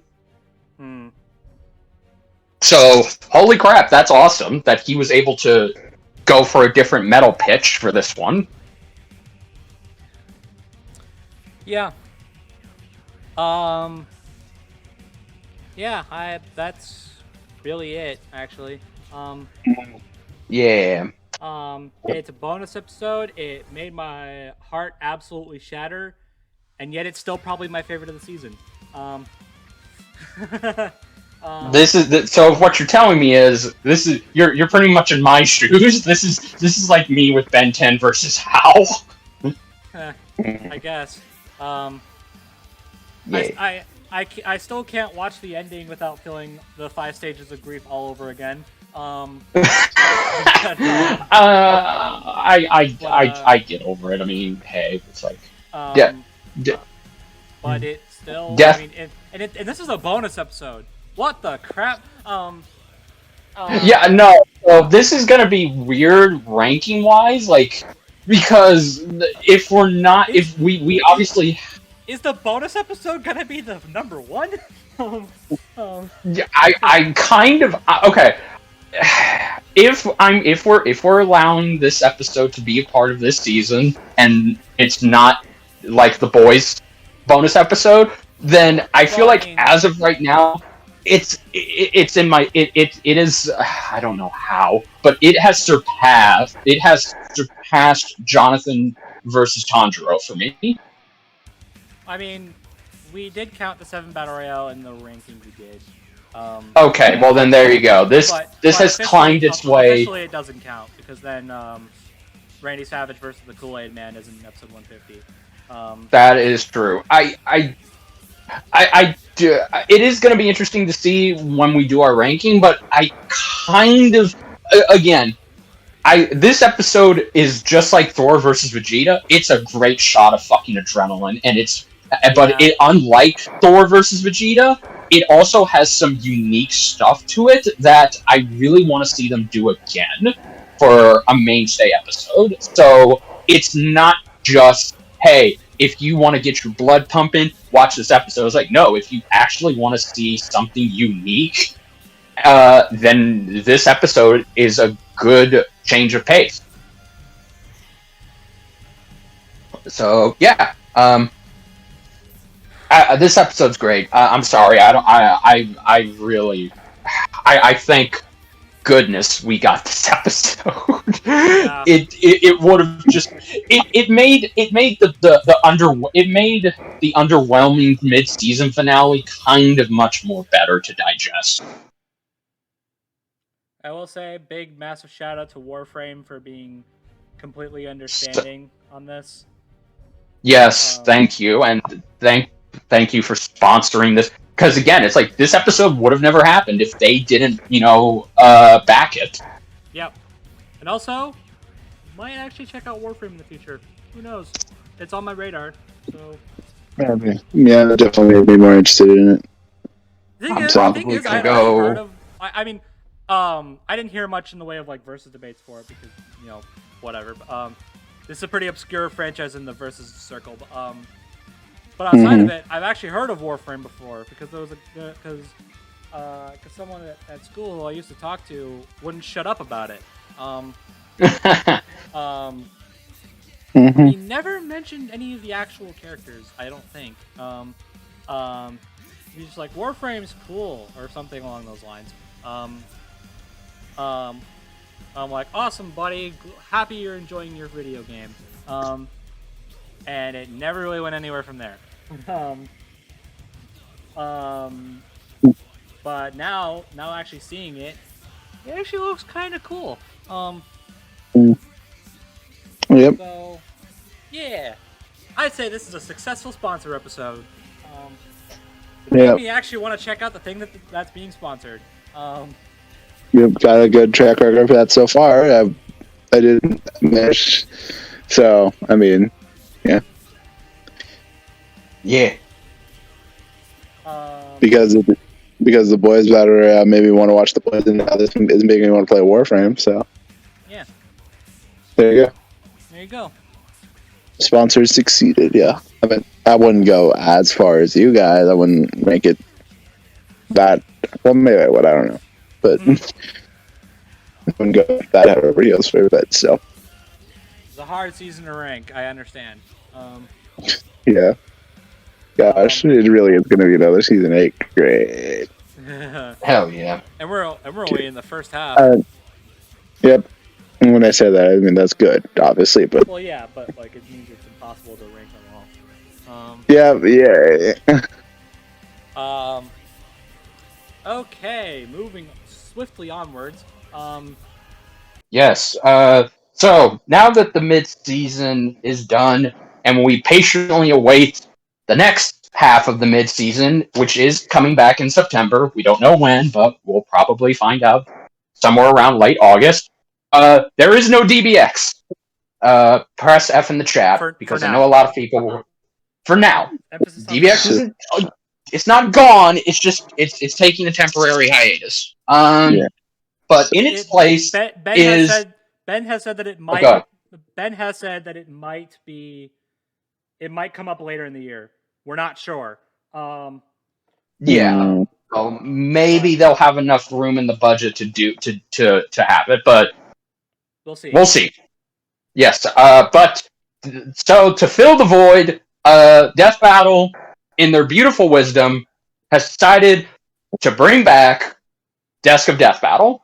Jocelyn's show where she pretty much goes over the characters that she had to research, given all of these fun facts. If you remember, some of you probably didn't know that. Oh yeah, there was a Wonder Woman modern TV pilot that never got off the ground. Or you probably didn't know that Bruce Wayne got sent back in time and accidentally kissed his mother. Comic books. Comic books, yes. Or that there was an Aquaman TV pilot. I've mostly watched all the DC stuff, if you could tell. But yes, Desk of Death Battle is coming back for YouTube members on July 18th, and I assume the next day for everyone else.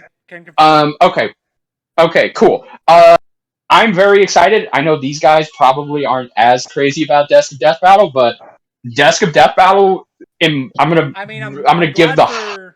I'm glad for those people who like it. Yes. In fact, I liked it initially. I would check it out occasionally, but eventually I just kind of. Yeah. It's not even the show's fault. I just kind of lost interest in it. It's understandable. And apparently, so did a lot of people. Hence, why this is such a big deal that it's coming back. Yes, but again, it's awesome. And we actually, we get to see that they will give Jocelyn her own animation for this, so it's not just going to be voiceover. Yes, she'll have her own set with tons of Easter eggs. Yes, she has been promoted. Actually, screw being promoted. She's been hired. Yes, has been hired. And she has a ton of Easter eggs in her new office. It's pretty cool. And yeah, I'm very, very excited to see. She has the Infinity Gauntlet in the back. Like, what? She also has She-Ra's power sword. Oh dear.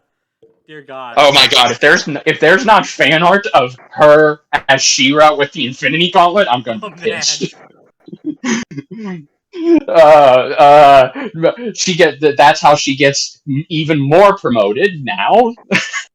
But yes, exactly. She snaps her fingers and she is the co-host. She's the co-host of Death Battle along with Ringmaster. But yeah, anyway, so I'm very excited for Desk of Death Battle to come back. Jocelyn is actually so fucking cute. I would not be ashamed to admit that she's in my top waifus. She is, man. Hey, I got a type. Hey, no judging. Yeah. So also happy for Lisa Foyles, her voice actor, because she loves playing Jocelyn. Yes, she is. She deserves so much more. So, yeah. can't wait for that. Who knows? Maybe if the time is good, maybe I'll review it on my channel. Just because I'm done with Death Battle doesn't mean I'm not done with their other shit. So yeah, can't wait. Well, if you don't like Desk of Death Battle, but you do like reading, first of all, interesting. Secondly, there's other stuff that's filling the void in this mid-season as well. And that's our good friends and me over at the G1 Death Battle fan blog. Yeah. As per tradition, we are filling this hiatus with a few bonus blogs of our own. Still 5. I'm not sure how this is going to fit in with the admittedly rather much shorter hiatus compared to what we're used to, but all right. Because they said specifically early September, so that's interesting. But yeah. But anyways, so how we decided this is basically, so there's 5 members of the fan blog. It is myself, Malcolm, Speedy, Grand Blazer, who goes by Jangor actually, and Kirby Kid. So basically, the 5 of us picked 5 matchups, and totaling up to obviously 25. If you can do maths, the dark dark magic of math. We piled them all together, put them in a poll, put that poll in the soon to be upcoming Death Battle Discord server. They voted. We came back, got our top 5, and bada bing, bada boom. There we go. Yep. And I'm really freaking salty because none of my matchups are in this list. Did they get even close? They did not. I don't think they got that close. I tried to have it where like I could because I haven't been that involved with this team in a while, which I feel really bad about. But I tried to pick matchups where I'm like, okay, I can help out because I haven't been helping out in a while, but I don't want to go too far with the matchups I want because no one else is gonna want to help. Yeah. So I'm not gonna say what my matchups are. It doesn't matter. None of them got picked. All right. Well. But what matchups did get picked? You might be asking. Well, I'm gonna go in order from which ones we're doing. I assume this is the final order. I don't know. Things could change. I know what the first one is, and I know what the last one is, and that's pretty much it. The rest are scheduled in a way, but they could swap around at any moment. I don't know. So the first one, the one that's coming out at the end of the week, actually. As we're recording this, anyway, this podcast is going to come out probably not for a while. So by the time this podcast comes out, this blog will probably already be out. Actually, yes, it will already be out. Unless I decide to get this up like tomorrow, which I won't. Let's be real, I won't. And that really convenient that we just got Raiden, actually. Hey. Okay. We got King Bradley from Full Metal Alchemist versus Solidus Snake from Metal Gear. Neat. Okay. I'm not terribly familiar with Full Metal Alchemist. I know blasphemy. I know. I'm also not terribly familiar with Metal Gear Solid 2. Despite all of that, I think this would be really hyped to see. I mean, it sounds really cool. Yeah. And you want to know why? Yeah. It's the track that came out. Oh yeah, that's right. We have a new commission track. We're not going to talk about it right now because this isn't the point of this podcast. Mhm. But I'll just say that Sins of Liberty is amazing, and you should go listen to it. And that kind of made me want this match. Understandable. Unfortunately, well, I don't know. I haven't been keeping up with this blog, but from what I remember, it sounds like this is a pretty solid win for Bradley, which is, I mean, that sounds alright. I mean, that sounds alright. Like, cause like, shouldn't he like be comparable to like Edward or like so many scales too? I thought I don't know much. From what I know, Bradley's stronger. Solidus is slightly faster. Solidus does have high frequency blades, which is interesting.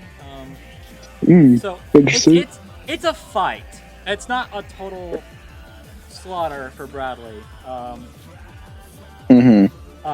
But if Bradley has a way of keeping up, or at the very least avoiding the HF blades, then yeah, this is a pretty solid win for him. Yeah, which that's fair. Whatever. I mean, I would prefer Solidus win, but like whatever. I'm not gonna lose sleep over Both of them seem really cool, so I mean, yeah, both of them. I can't complain either way. Both of them seem neat enough, I guess. Yeah, seems really cool though. So yeah. Okay, next one, and I really wish Richard was here. He probably is here, but he's muted. I'm back. All right, perfect timing. But we're gonna talk about the second prediction blog that might be coming out in a couple weeks. That I'm gonna try to have involvement with, but personal plans might get in the way of that. So you guys like Obi-Wan vs. Kakashi? Yes and no, but let's go with that. What if we did it again? But evil. Darth Vader versus Well Obito. Yep. So I'm gonna try to be a little involved on this one because I'm a Star Wars fan and I like Vader a lot. I am not touching Naruto with a 10-foot pole, and you can't make me. Well, I'll settle this. Obito wins. There you go. That seems to be the consensus, yeah. Vader actually does do pretty well from what I remember. Like, he doesn't get outright destroyed by Obito, but from what I gathered, Obito gets carried by hacks. That's basically what I'm getting at here. I don't know what hacks in particular, but that's what I'm hearing. Illusion stuff, I think? I don't know. I don't... I mean, that would make sense. He is an Uchiha, so... Yeah. I saw something illusion-based, I don't know. Yeah. I know, I mean... Overall, I dig it as an idea. Yeah. Yeah. I think it's cool. And I like Obi-Wan vs. Kakashi a lot, so... Yeah, so... Having a spiritual successor to it, featuring Darth Vader. Yeah, I'm down. Sure. Yeah, also, I think it goes without saying.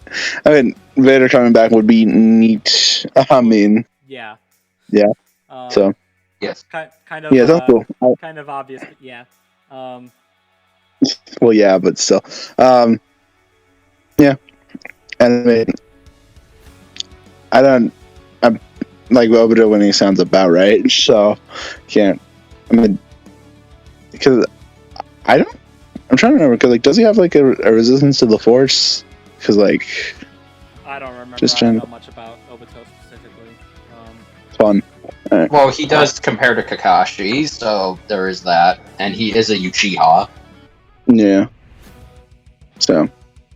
Okay, so next one I might need a little bit of help on because not that I don't know the characters, but I could tell you who they are, but if it's what I'm thinking of based on the trailer, I think I might be able to input a little. Yeah, and you made a thumbnail on this, and I was very vague about it. This is This is why. Koro Sensei versus Monokuma. I have nothing to contribute. Alright, so... Koro Sensei from Assassination Classroom versus Monokuma from Danganronpa. I once again have nothing to contribute. Okay, so just flat out, I do like, even though I'm not as familiar with it, like I've seen the first season of the Danganronpa anime and a few episodes of Assassination Classroom. I do really like both, and I want to finish both series eventually. I do like this match, honestly. Like, I think it would be really fun to see.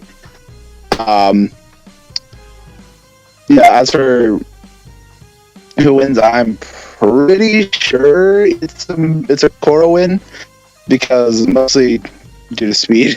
Because he's, the only thing I remember about this. I don't know if you could tell, he's really fast. The only thing I remember about Koro Sensei is that he had like a moon level feat, but apparently he was lying about it or something. Yeah, I do know that. Yeah, that's not really applicable, because I think it was like a rat or something that like, set off a bomb in the moon. I think, I don't know. I need to finish this Assassination Classroom. So I'm pretty sure it's like Koro is like building, and then like a few times the speed of light, I think, if you want to highball, I don't know. And then Monokuma is, I think, also building this city, I want to say. And then that's a pretty big jump. I know. And I'm not sure about speed, but I'm pretty sure it's like at least, yeah. I don't know, because like it was like one of the characters in like Ultra Despair Girls, I think. Who did it? I don't know. I do like the match. It's really fun. So yeah, actually, I'm pretty sure Koro has like higher stuff. I don't remember it though. And then, but I know Monokuma should be at least city. He has some city. He has scaling to some city level shit. Literally. Yeah. Just let it be known when Death Battle uses Danganronpa, it'll be the first time a little shit is used to calc things, because one of the characters literally takes a town head. So you know, Okay. that's fun. I expect to hear that today. Oh yeah, trust me. Whenever a Danganronpa character gets on, that's gonna be a freaking conversation. Okay, good to know. Yeah. Move on to the next one, which I honestly think. Well, continue. I was gonna say, it's definitely gonna be either, if a Danganronpa character gets on, it's definitely gonna be Monokuma or Genocide Jack. So, yeah. Which I honestly do. I can kind of see it happening this season. I kind of hope it happens this season, because seeing them cover Danganronpa would be entertaining. So. I feel like from my very, very, very, very, very, very, very limited knowledge on Danganronpa, it sounds like Monokuma is like the safest character to go with. I mean, her and Jack, him and Jack are, yeah. Okay. Because Genocide Jack is also like very combat oriented. She's actually part of the game Ultra Despair Girls, which gives her a lot of combat stuff. So, well, okay, combat is cool and all, but like as far as like, because Danganronpa, the Danganronpa community is very strict on spoilers, is what I'm trying to say. Oh yeah. Yeah, that's fair. And speaking as an outsider, it's very weird to see. But I guess it'll make sense if I actually play it. Will I actually play it? Probably not. But I want to get it, and I want to play them eventually, but we'll see if I actually do. Yeah. All right. As I was saying, next now you may get to the next match. All right, next match, that I think should be the last one, but it's not. But I think it should be because of how big it is. Also because the actual last one, I have like literally nothing to say about it. But Ash versus Yugi. Yep. So oh boy. I actually so the first like 52 episodes of Pokemon Indigo League are on Netflix, and I actually took the time to watch them to get as much as I could on Ash. And the problem, the problem though, is that the rest of Indigo League is cut off entirely. I cannot find it anywhere. There's like 30 Oh, episodes damn. left, and I can't find it anywhere. I mean, I haven't searched on like online sites, so maybe that's my problem. But like Yeah, you may have. but like streaming services, like I got Netflix, I got Hulu, I got Amazon Prime. They got nothing. They stop Indigo League at episode 52. And I don't know why. But I have. So what I'm gonna do? Here's the thing: is that I'm actually going to get as much as I can on Ash. I'm gonna send it to them in our chat, and then I'm just gonna screw off because I don't want to hear anymore. I'm gonna try to do as much of this as I possibly can. I think I can contribute to this because I stopped watching Pokemon around.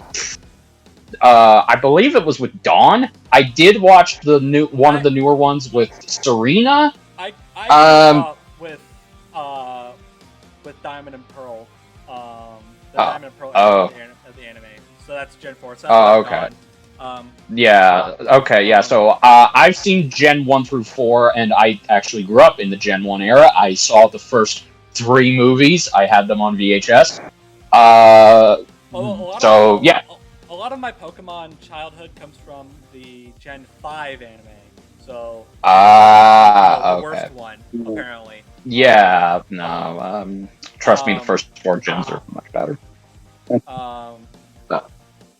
But yeah, so that's about.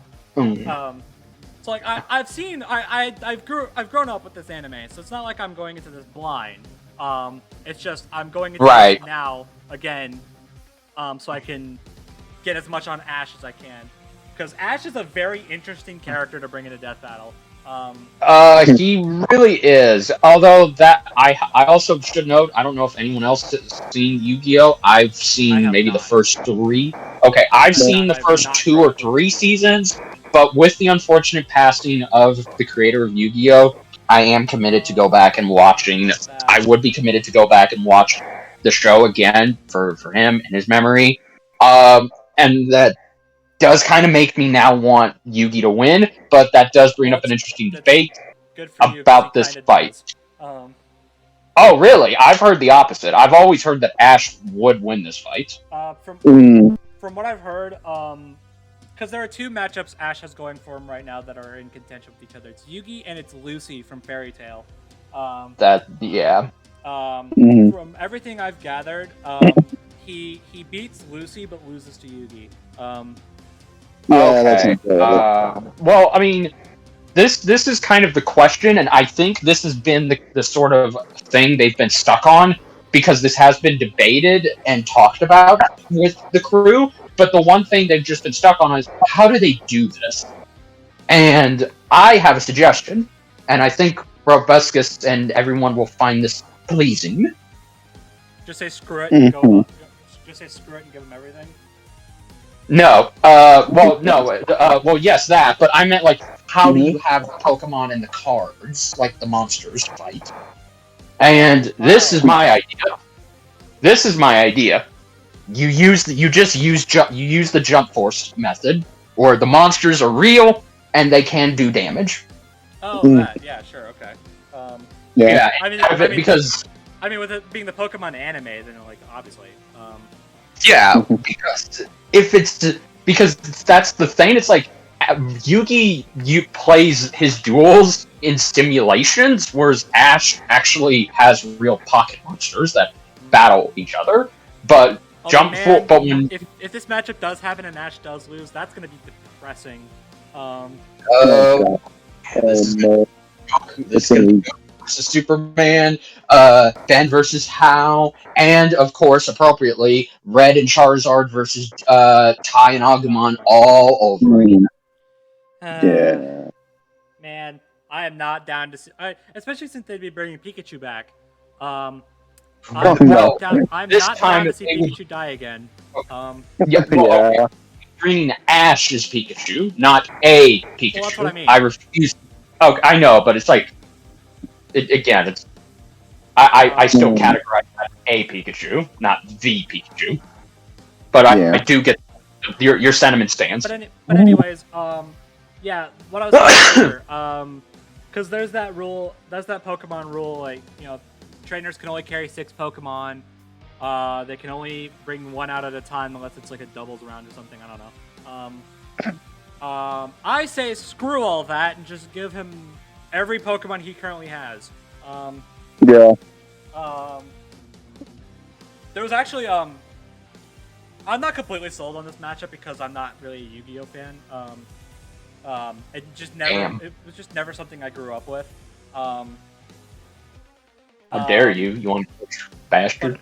But then I saw Origin put out a small little animation. Oh, yeah. Match. Yes.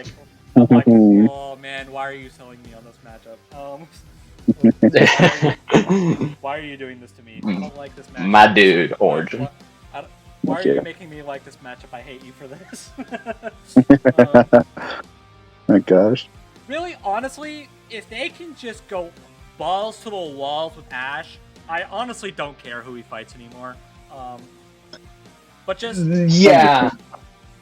just go all out with the guy. Obviously, you're gonna have some limitations. He's got like thousands of Pokemon. I get it.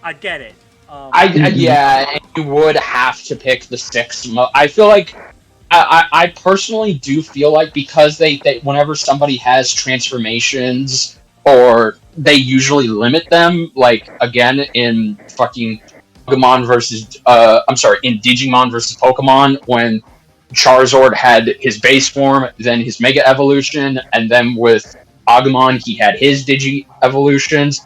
So I do think, to make it fair, they probably will give Ash his 6 most powerful / popular Pokemon, but they'll also give Yugi some of his most popular cards too, because Yugi has, obviously sorry if I'm making this a Yugi thing, if that's okay fine. with you. That's fine. I've been making this Nash thing, so.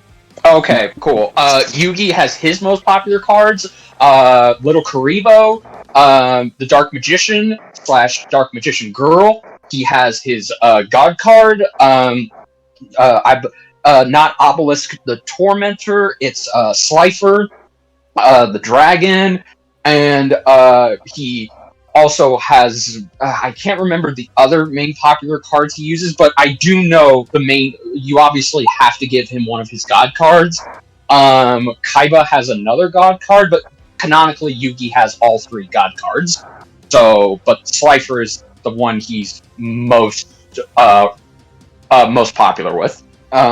So, yeah. I would think you would just do the same thing with him. Give him the most powerful monsters he has, so that way it's much more fair. There is also an interesting one that Ash has. It's a bit of an interesting case, and that's Greninja. Yes, Greninja. Okay, on one hand, obviously they would include Greninja because Ash Greninja. This is true, yes. But here's the kicker. Technically, Ash has released Greninja back into the wild. He doesn't have Greninja anymore. Classic Ash, always releasing his Pokemon back in where they came from. Dude, real talk, on this binge watch I've had, that Butterfree scene still gets me choked up. Oh man, no. My personal opinion, the Charizard scene choked me up harder. I'm sorry. Because they started off liking each other, then they hated each other, and then they hated each other more, but then they liked each other again. At least he has Charizard again. Like he got him back. That is true. Yeah. So maybe here's who I think they should give him. They should give him Pikachu, obviously, Greninja, Charizard, Butterfree. No, not Butterfree. Not Butterfree. Okay, fine, fair. I actually looked up. Actually, what is Ash's current team right now? Hold on. Obviously Pikachu. Duh. Duh. I can't tell you because I have not watched the anime recently. I am looking it up right now. Hold on. I would just give him the most popular version, the most popular monsters he's had. Well, yeah, because I'm doing this for curiosity's sake. That's fine. Yeah, I get you. Okay, I got it. Pikachu, who can apparently Gigantamax? Interesting. I need to catch up with this anime. What in the world? Dragonite. Yeah. It'll take a while. Gengar, who can also Gigantamax. What? Dracovish, Surfetch'd, and Lucario, who can Mega Evolve. Okay, I would give him Dragonite. Just let me know whenever I reach the 6th count. I'm up to 4 right now, I believe. Okay. So Pikachu, Charizard, Greninja, Dragonite. Dragonite, yes. Okay. And I would also give him one of the legendary Pokemon. Like, wait, does he have a legendary? No, wait. So. Yeah, I don't think he does. I think the closest he's got are Dragonite and Lucario. Okay. I would also give him. I would say I would give him Bulbasaur because that was one of his other most popular Gen 3 Pokemon aside from Charizard. Gen 1. Yeah, Gen 1. Sorry, excuse me. It's been a while. And the last one. Oh my god. I would go with Lucario because of the Mega Evolution. Yeah, you have to kind of give him a Mega Evolved Pokemon. I mean, Pikachu can Gigantamax apparently, so that's fun. Yeah. So that way he has more variety. He has electricity base. He has fire base. He has. I would say for the laughs and for the sheer what the heck of this concept, swap Bulbasaur out and give him his 30 Tauros. This man has caught 30 Tauros. Yes, give him 30 Tauros. I don't know how, but he has. Anyways, yeah. Man, this guy has so many interesting ones to choose from. Like, I remember that he has Sceptile, and I'm remembering that this is the same freaking Sceptile that took out Darkrai. He also I was gonna say maybe we could also exchange Bulbasaur for Chikorita because his Chikorita and him actually did have a pretty good bond compared to Bulbasaur. I don't know. Give him a grass. Give him any grass type. I don't care. By the way. Oh, sorry. I don't know why I've always called it Chikorita. Bayleaf. Excuse me. This guy's got I don't know. Just give him any grass type is what I'm saying. Dude, I just say use as many as you can. Like mention. Yeah. Like, Well, obviously obviously all of them have to factor in, but Yeah. Well, again, we also have to remember, you know, the animation's probably going to be at max 3 minutes. Okay, the script has for to. animation's sake, sure. I guess I can see that, but for the thought, If they were to just, let's say if this were to be a season finale. Like, let's say if this was a season finale, then I would say go all out. Because then they could just do whatever they want, because they have an extended minute to have whatever they want. All this talk is making me really sad that Ash loses this fight, by the way. Yes. Also, too, so we haven't done it with the others, but can I bring up voice acting for this one? Sure. If you want, if you want, I can backtrack to Vader Obito in that regard. Okay, then yes. Okay, so for Ash versus Yugi, I don't know who you can get as Ash. You could probably get one of the female cast members who's been on. They could probably do a good Ash impersonation. But for Yugi, it is very imperative, and it's logical. And if they didn't do this, I would actually bring the episode down for me. But they absolutely have to get Little Karibo back as Yugi. Mm-hmm. Okay.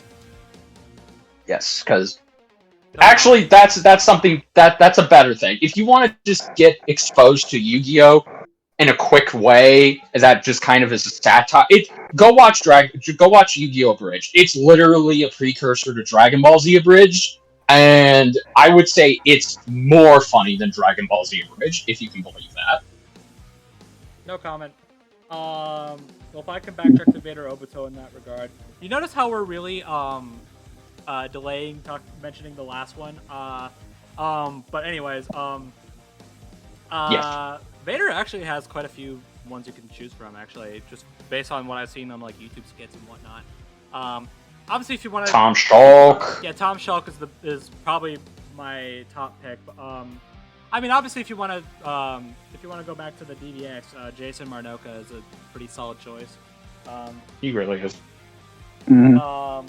I think I saw Gianni do the same. No, it was Karam. Sorry, it was Karam or Dink. Who's only? I mean, his only role on Death Battle is cameo appearances, but you know what I mean. Yeah.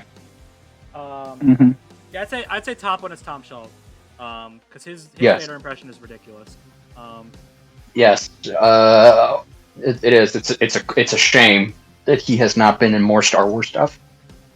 Actually, and funny thing about that, Kareem, he actually was in the series, the season finale of Kenobi.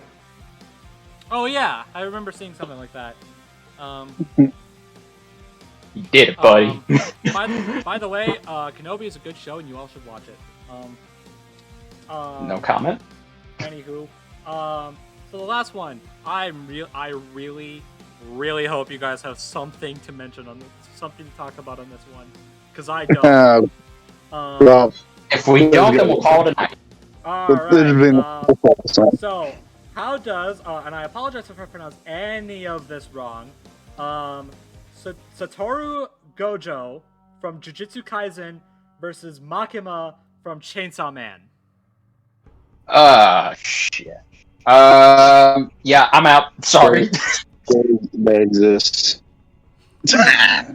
Alright, thanks for coming to our TED Talk. Alright, Yeah. gosh dang it. Well, that's anticlimactic. And that's Yeah, I mean, I've heard that. votes. I've heard I that know both of series are Chainsaw good. Man. I've heard good things about both series, but I don't know. I don't have personal experience with them, so. Yeah, no, sorry, I don't know.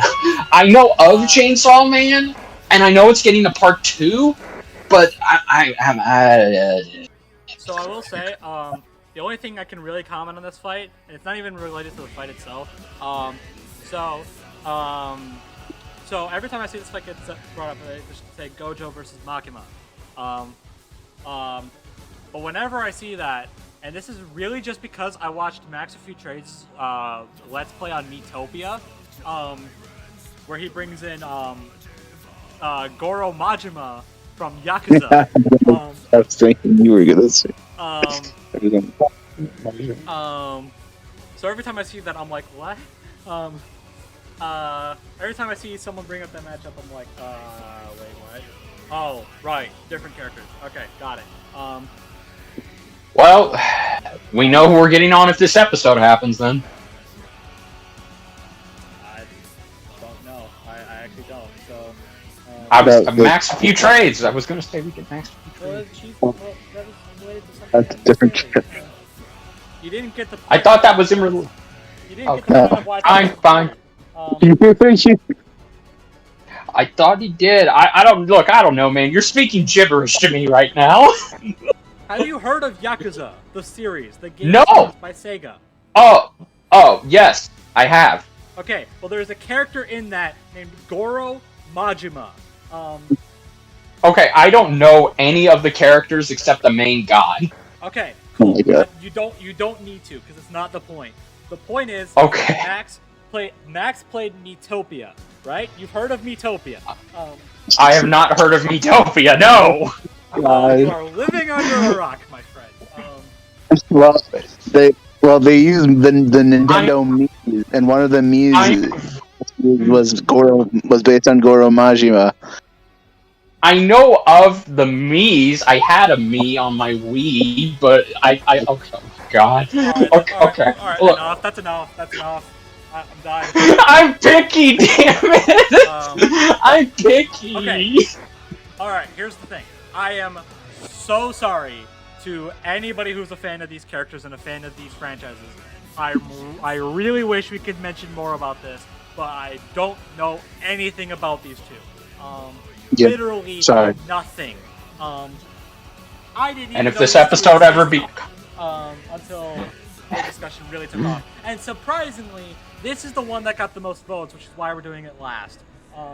okay. Well, if this episode ever happens, then we're gonna need all the luck we can get, because we're just gonna have nothing to contribute. Yeah. Yeah, we'll try and find someone or watch it or something. We'll see.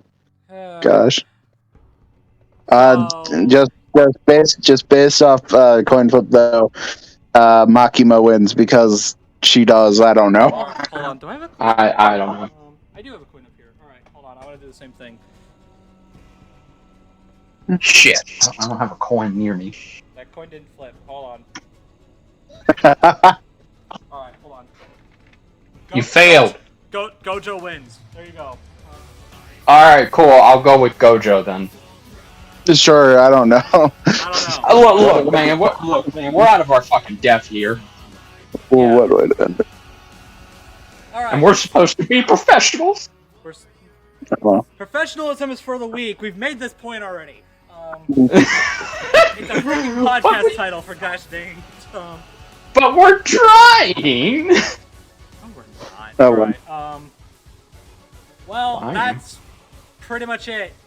Really sorry that this is a really anticlimactic ending, but yeah, Yep. pretty much it. Oh, We're well. going to Yeah. again. We were going to mention RTX, but everything that was announced there, aside from another fight, which hasn't been publicly revealed yet, has been shown off already. Like, we knew about Excalibur versus Raiden, we knew about Deska Death Battle. There were a bunch of questions asked, but Mate's not here, so we can't really bring them up.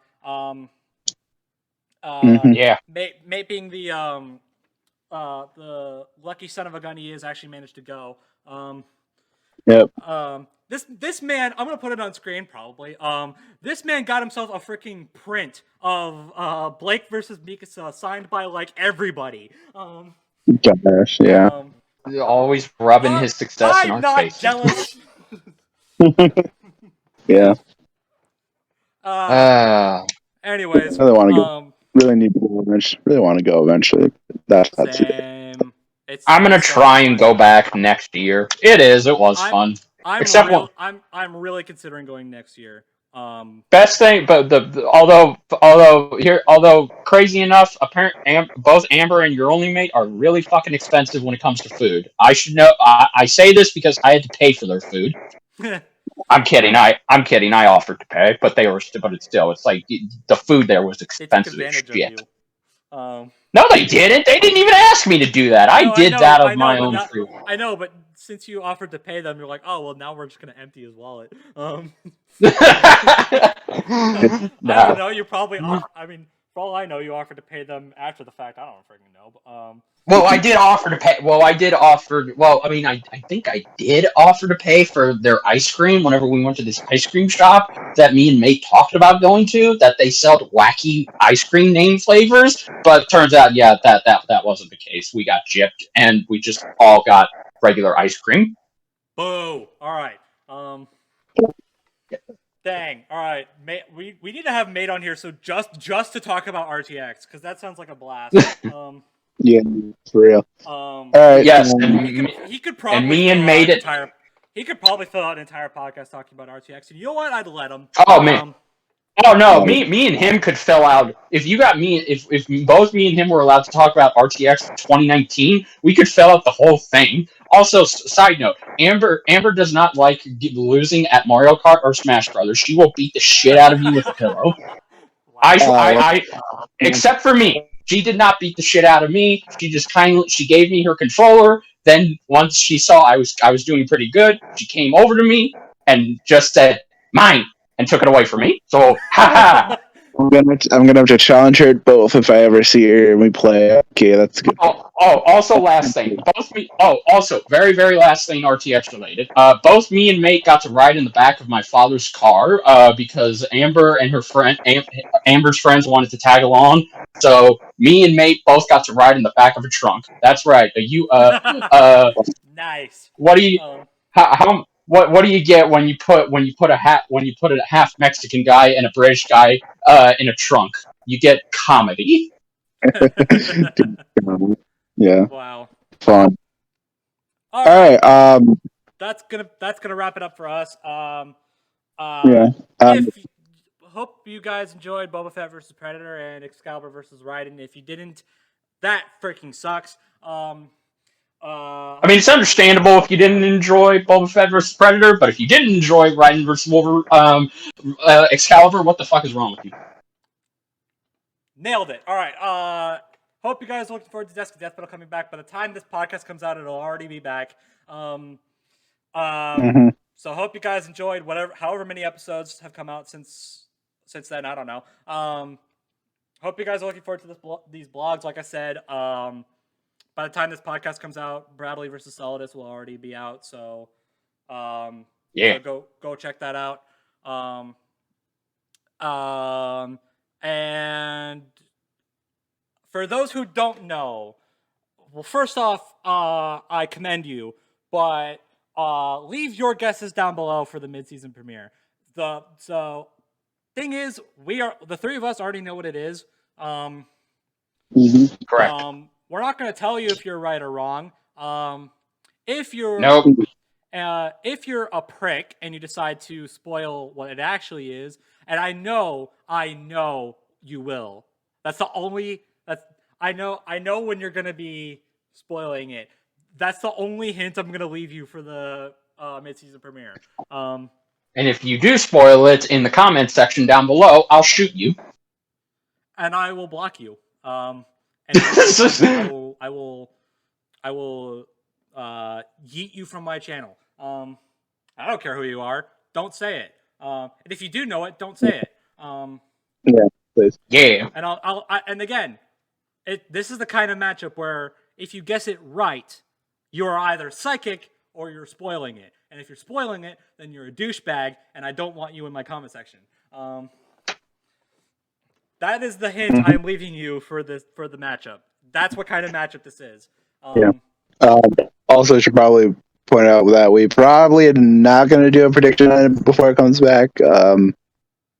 I don't know. No. We're as soon as Death Battle comes back, we'll talk about it. And if these guys are cool with it, I'll express how much I loved Desk of Death Battle, and then we'll move on to the next time.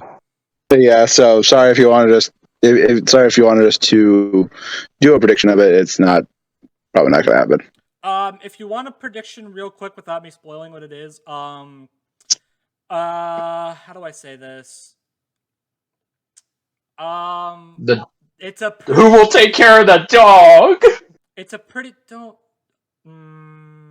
know what? I'll leave it. I was gonna say I want character A to win, but like character A or character B, but I want the guy with the beard to win. I'll say it's a pretty clean sweep. I'll say that much. It's a pretty clear-cut victory for one of them. Sure. That's what I will say. I'm not gonna say who it is because of course I'm not going to. But yeah. Now, if you'll excuse me, I'm going to go try to find something on TV to watch. So thank you guys for watching, and we'll talk to you all in the next video. Take care, everybody. Bye-bye. Bye.